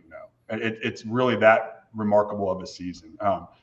They do it on both sides. They can score deep. I mean, but so you actually have we haven't had one along. You have a perennial, like a marquee team. It's not the normal one. But this is a weird college vibe. I mean, when you go down and see, it's got normal Big 12, S10, 11, and blah, blah, blah. But when you go to the ACC, they only have maybe 4 or 5 teams that are going to make the tournament right now. That is just, for an old school, where ACC and the Big East dominated the world, that's crazy for me. And to see the SEC kind of just be turn and flip and be, the best conference in basketball is crazy. But, Auburn, Alabama today, there's a lot of fun.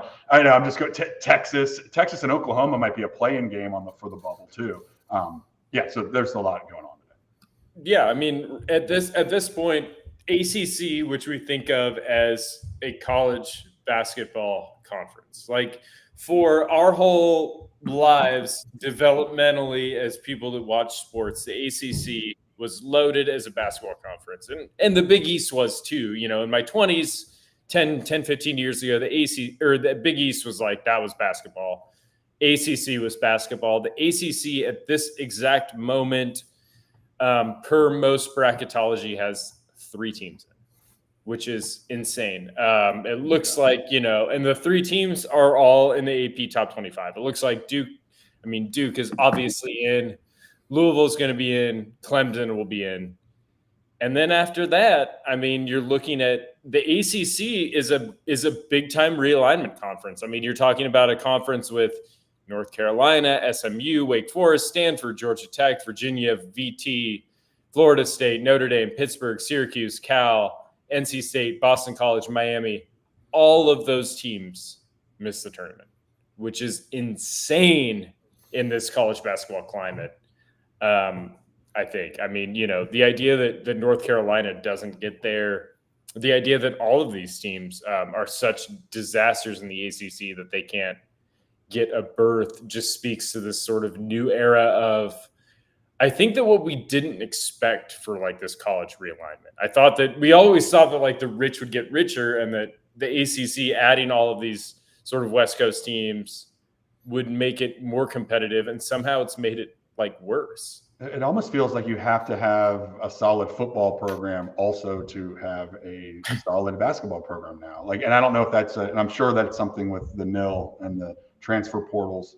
But yeah, because the ACC obviously is not the dominant football conference, and it feels like that's leaked over to this. And I don't know if it's just an anomaly and they'll be back. And I don't know how you solve it as a collective, conference. But I don't hate it. I was in the fan. ACC didn't want West Virginia. We weren't smart enough to get in there, so good. Let's keep as few in as possible. I'll take the ACC to go down. Bring the Big East back. Big East started to get into some form a little bit. I mean, at the beginning of the year, UConn was a little iffy, but now they seem to have some dominant teams in there too.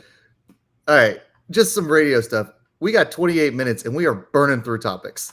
Y'all went from like, is West Virginia in, to UNC, to Alabama, Auburn. Now we're talking Big East.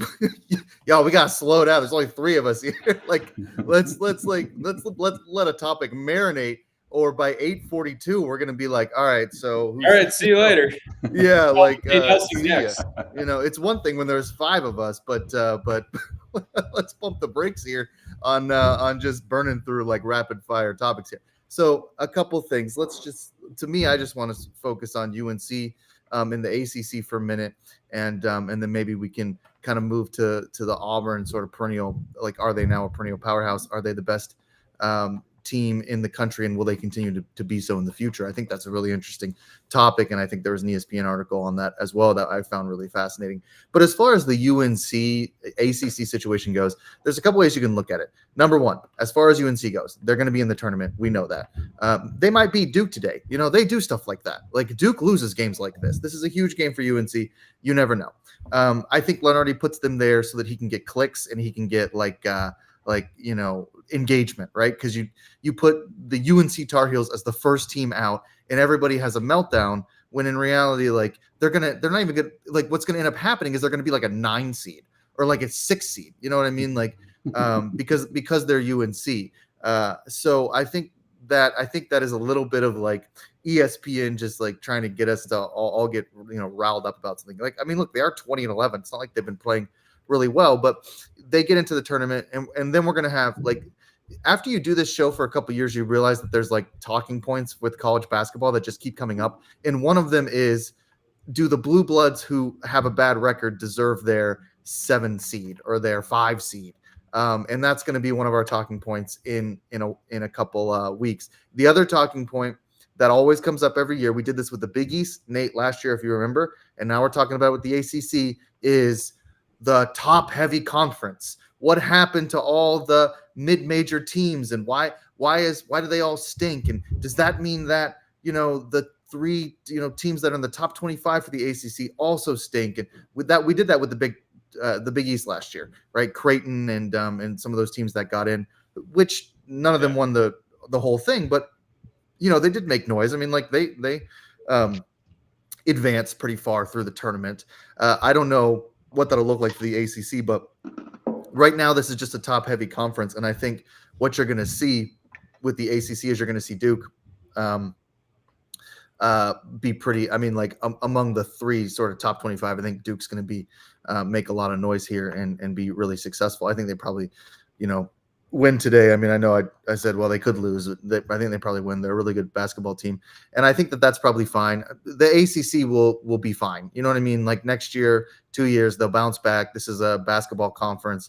There's a lot of competition right now for these seeds with the NIL stuff. It is a little bit harder to build I think the thing with the NIL stuff with like the ACC or the Big East with basketball is like it just doesn't matter anymore. Like it used to matter to like play in the ACC, right? And now what matters is like who's going to pay me the most money. I don't care where I play. Like I'll play in the Mountain West, which of course is, we know the Mountain West is a good conference, but I'll play in the A10, whatever. Like as long as I get paid, I don't care. Whereas like I think that used to be a huge selling point. Like, hey, come to Maryland and you get to play in the ACC and I'll play all this competition and get on TV and it's just so it's different. I think we're sort of seeing that shift. We talked last week about kind of the SEC, and I think this is a good example of like is the SEC the Big Ten this year? Remember last year we were like, oh, the Big Ten, they got all these teams, but they kind of stink and they're not going to do anything. And then Purdue ends up winning the championship, and it seemed like the Big Ten actually had a pretty good tournament. So that's a topic we can talk about in a couple weeks. It's kind of funny that college basketball kind of churns out the same topics just with different teams and conferences every year. So I do think that it's pretty interesting. So I do think that the ACC, like I think that the 3 teams in the top 25 will be dangerous in the ACC, and I don't think that this signals some sort of like careening for the ACC down the mountain of like the pinnacle of sports. The SEC is strong this year. Some years the Big Ten is strong. The Big 12 can be strong some years. These are power conferences, and they continue to develop their teams constantly. I didn't realize North Carolina's won like 6 in a row. So you're right. There's no chance you're keeping that team out of this tournament. No. Not with 20 wins. And then you'll probably get one in either today or in the conference tournament. 21 win North Carolina team. There's no chance. There's no chance. It's like this every year, right? And we always do, to kind of speak to Jack's point. It was for years, when we first started this show, anyways. I was in Nevada, went to Nevada, watched a lot of Mountain West basketball. Jack watched a lot of Mountain West basketball, and every year the Mountain West like kind of did this weird scheduling trick where they had like really good sort of like net rankings, and they had really good sort of like they manipulated the system so that a lot of the sort of metrics that the committee uses to look at, like they performed very well. They stacked up a lot of wins against pretty bad teams. And then they played themselves with these sort of inflated ratings. And so their losses didn't look as bad and their wins looked really good. And then they got into the tournament, and it turns out that most of these Mountain West teams sort of sucked. And, it all sort of balanced out. They were like auto fades once they actually played real teams. So we always sort of have these moments where it's like, ooh, are they good, or is this team good or not?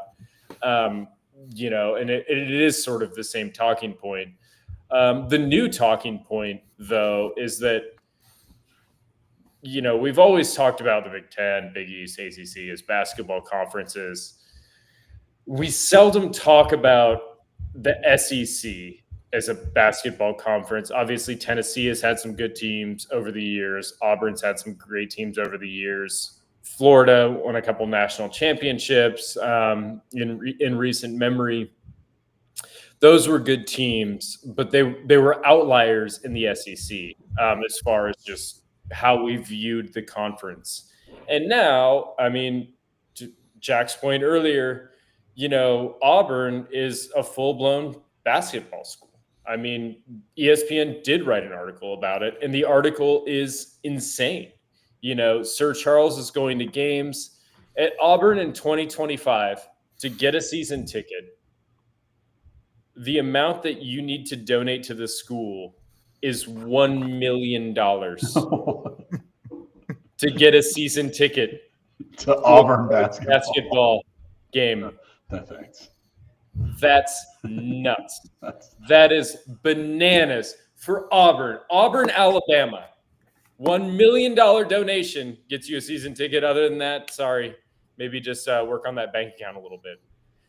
Thoughts on how this is going for college basketball? I didn't know anyone had $1 million in Auburn, Alabama. Well, they do. Trust me. There's a lot of money in Alabama. It's just they don't spread it around. So it's the same. It's the same 26. Yeah, it's the same 26 people. But there's money down there. I would say that you know, the thing with so Bruce Pearl is the biggest thing here, right? I mean that's the kind of game changer. Does he not have this, you know, Tennessee scandal? He's at UT forever. UT we think of because of Bruce Pearl and their women's basketball program. We've always thought of them as a basketball school in the same way that we think of Kentucky as a basketball school. They had their coach. They had to let him go because of a scandal. Auburn snaps him up, and all of a sudden Auburn has this like incredible run, you know, this incredible season. So incredible couple seasons, you know, and that has really increased their kind of I guess market share in the basketball world. And then you combine that with NIL. What's funny about the SEC is like I think the two things are happening at once that are parallel but opposite. They're going in different directions.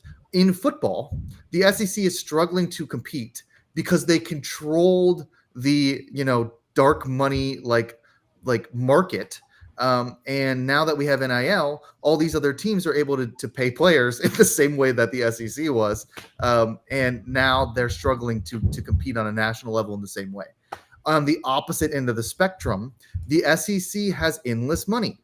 And so now these basketball programs are flush with cash, the ones that seem to be trying to build a program, and they can recruit better coaches, and they can recruit better players through NIL. So on the one hand, football is going one way, basketball is going the other, because they controlled one market and didn't control another because, you know, they didn't have the type of alumni system that could pay for in basketball, and they didn't have the brand. They didn't have the Big 12 Kansas brand. They didn't have the ACC brand. They didn't have the Big East brand. Well, now it's about money, and so their market share expands in basketball. It decreases or shrinks in football, and so what you're seeing is kind of a realignment here of what matters, and that's that $1 million donation for a season ticket, and we've seen that now with the SEC, and I think it'll kind of revert back to the mean. I mean, there's too many SEC teams that are good. Georgia has never been a good basketball school. The fact that like we're talking about Georgia as like a 10 or 11 seed is like ridiculous. At some point they'll sort of regress back to the mean and suck again. But for the time being, the SEC is kind of, I think that the NIL has kind of reshaped that. So it's kind of interesting to watch. It'll be interesting also because they're going to be this year. They're that Big 12 or the team that's going to get the 12 or 13. And what we've seen there is sometimes the conference is overvalued. So you look at the top heavy teams and you go, oh man, and then you give Vanderbilt a little bit more credit, for their conference. And so we'll see when they get in the tournament if these lower seeded SEC teams get bounced out, kind of like in the Big 12, or we're guilty of it. Like I remember West Virginia was third in the Big 12 like 4 years ago, and we just thought we can beat anybody, and then the Big 10 just took over, and I think the SEC may have a little bit of that, but that's a good growing pain. I mean, you're putting 12. Georgia. Yeah. And it makes sense. I mean, the money makes sense. They already have the name brand because of their football prominence in football. So it's not hard to get a recruit to go to Georgia, right? Like to go to Auburn or Alabama. And a lot of the SEC schools in the last decade have had really ramped up their facilities for basketball and other sports too. So I know Alabama years ago, because when I was a kid, I'd be like, why is Alabama not good? That was our team when we were growing up. And I just remember my dad and my grandfather, like, the facilities are awful. It's all football. So they all figured out, you need good facilities, recruit, money, and they already have the name recognition. So, but I'll be interested to see how these lower seeds, lower SEC seeds. I think the point that Jack made a couple minutes ago was really spot on and very insightful, Jack. I never really thought of that. I mean, in football, the SEC they had the pick of the litter because you called it dark money, which is really what it was. It was, the $1 million, per season ticket stuff. But now because of NIL, everybody's got cash. So now it's evened out. So now you actually got to go out there and, do a better job recruiting and things of that nature. I think they had it easy. But then to reiterate what he said too, on the flip side, it's helped SEC in basketball. I guess, and I don't know if I missed this segment, I had to step away a little bit, but what about the complete collapse of the ACC in basketball? Have you guys talked about that? Did I miss it? Yeah, we did talk about that. Okay, thank you. About that, Yeah. Jack, go ahead. No, go ahead. I mean, it's worth noting that, like, this SEC sort of, boom, and Auburn's boom in particular that we're talking about is fueled in large part by Bruce Pearl, who in 2011 was fired by Tennessee, hit with a 3-year show cause notice, which is basically like, you're never going to coach in the NCAA again, for breaking some rules, hosting a recruit at his house for dinner. NCAA asked him about it. He lied about it. They hit him with this big sort of thing. There is few better salesmen in college basketball than Bruce Pearl. He would be great on the radio because that man could sell the hell out of some ads. He was great on ESPN as an analyst. He worked as a marketing professional when he was in his college basketball exile. And then he goes back to Auburn, and, this whole new world is sort of in front of him where he doesn't have to lie to the NCAA about taking someone to dinner. They can pay for their own dinner now, and I think that's worth sort of noting is, all of these coaches that did pretty well in those, quote, dark money days, in those sort of when things were a little bit sort of murkier, the ones that did well in those days are doing well again. And I think that's sort of worth noting too, is, like, now he can just be out in the open about it and he can just sell the heck out of his team. And that's what he's done. I mean, this $1 million donation for season tickets is insane. And it's because he's such a good salesman that he's able to do that. Like, it's not because the team is great. It's Bruce Pearl puts on the orange blazer and sells the hell out of his team. I just can't believe it's 20 years since he was like at Milwaukee going on those runs. I mean, the funny thing about Bruce Pearl too is he's been at Auburn for 11 years. Like 11 years. That's how long he's been at Auburn. I think maybe you can check me on that, but I know he's been there for quite a while.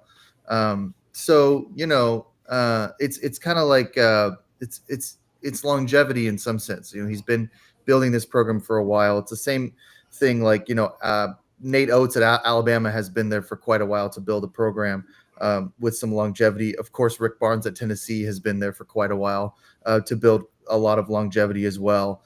And then you kind of factor in the kind of newer coaches as well, like Chris Beard at Ole Miss and Chris Jans at Mississippi State, and We'll see what Mark Pope does at Kentucky, etc. So and then I don't know, Buzz Williams is I think still at A&M, right? So like they have a lot of good coaches, in the SEC. Like That's the thing. a lot of them. When you have money, you can pay a coach. Yeah. Yeah. I mean, and it's so not like supernatural. But you got to raise money now. I mean, that's part of the job.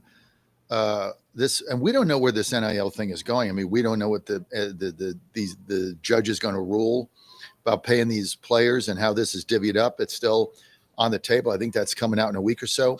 Everybody's kind of waiting for that.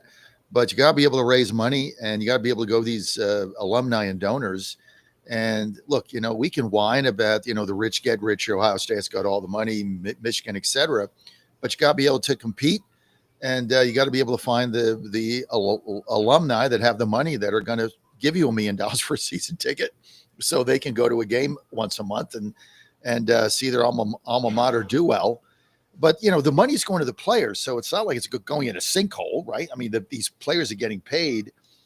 What's happening in football and baseball, it's going to be interesting to see if it goes to basketball, which is people staying through another year because they can make more money than if they're playing that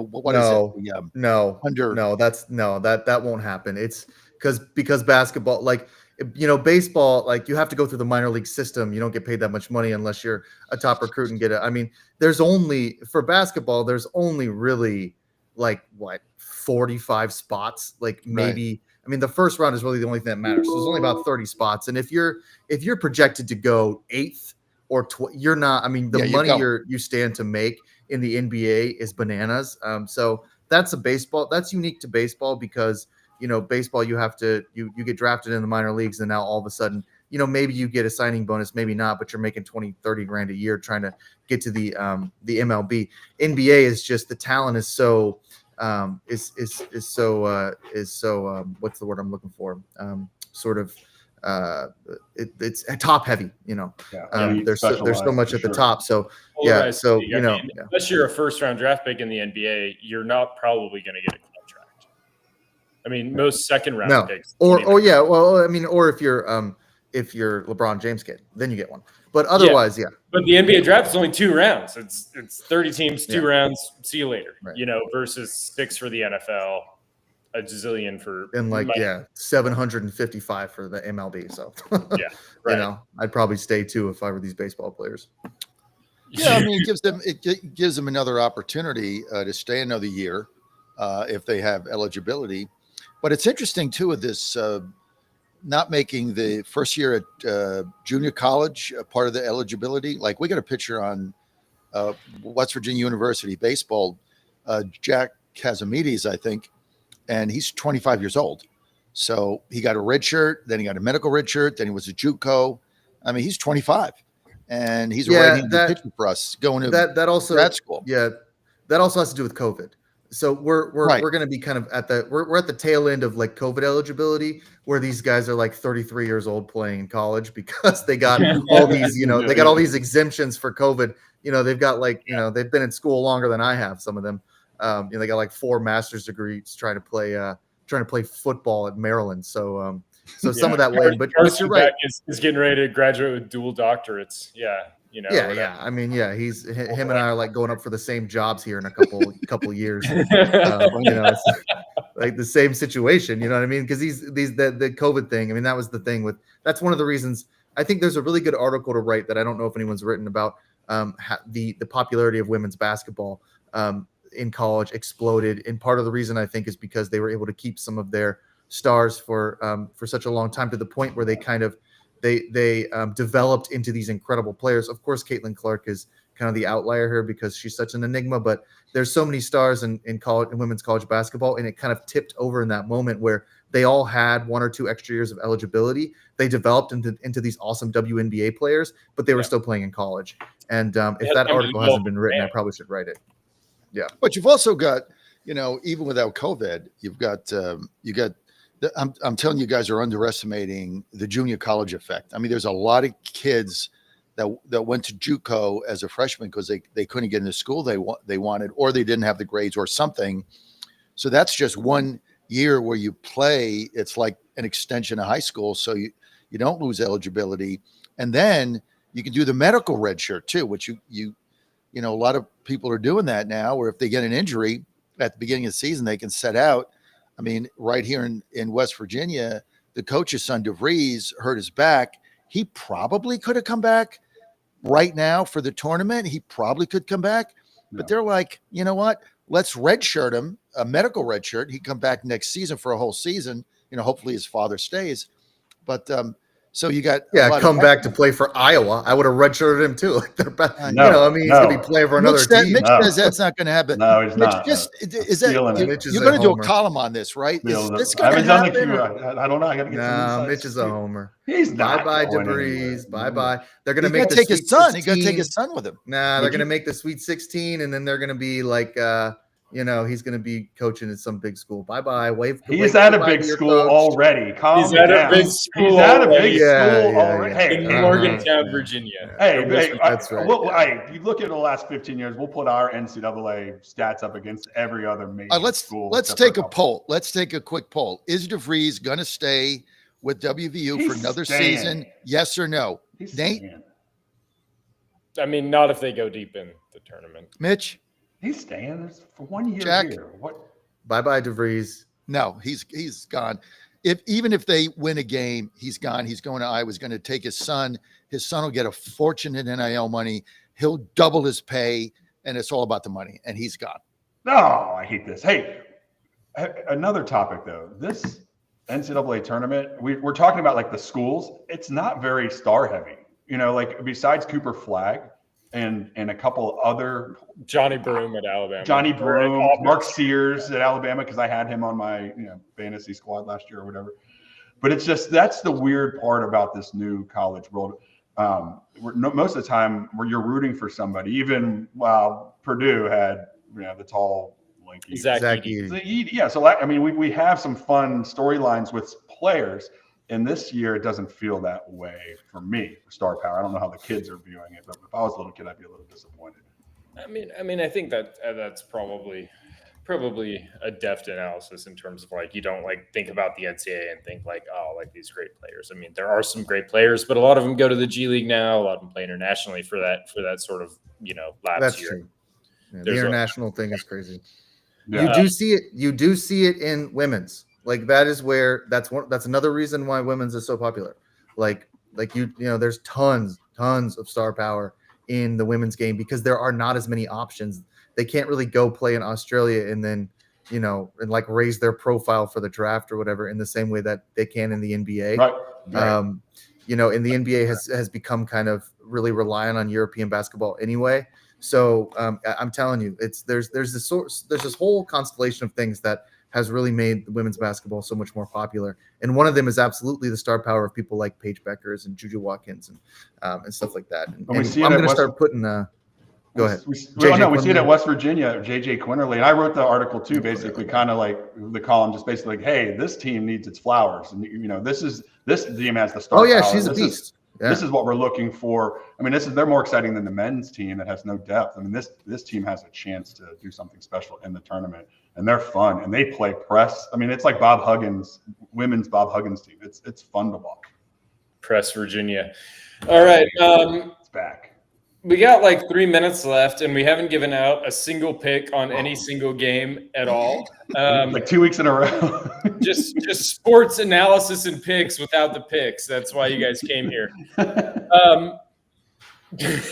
I know John's just chomping at the bit to give away some winners. I got a few myself. I think we can just probably go around the horn for the next couple of minutes and hand out some picks for those. All right, I'll start. I got a hockey futures bet. The Stanley Cup is what I've never seen it wide open. There are probably 10 teams that can win this thing. It wouldn't surprise me at all. It is the most evenly matched scenario coming in. But I love two teams. I love two teams going deep, and I love one team to win it. I love Colorado going deep. I think they're pick a lot of people, so there's no news here. They're big. They're fast. They're unbeatable at home in Denver. But the team that I'm picking to win the whole thing, and I'm taking a really nice futures price here, is the Winnipeg Jets.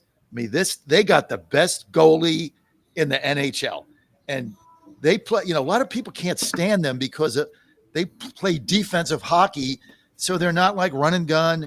They're kind of a slower defensive team, but that wins in the playoffs. And they got blindsided last year, and I know their goalie gets a lot of flack because he's not winning big games, but the Jet style of play is playoff play. So I love the Jets here. I'm taking a nice price. Winnipeg Jets win the cup. I'm going to cash out big. All right. Love that. We love futures on this show.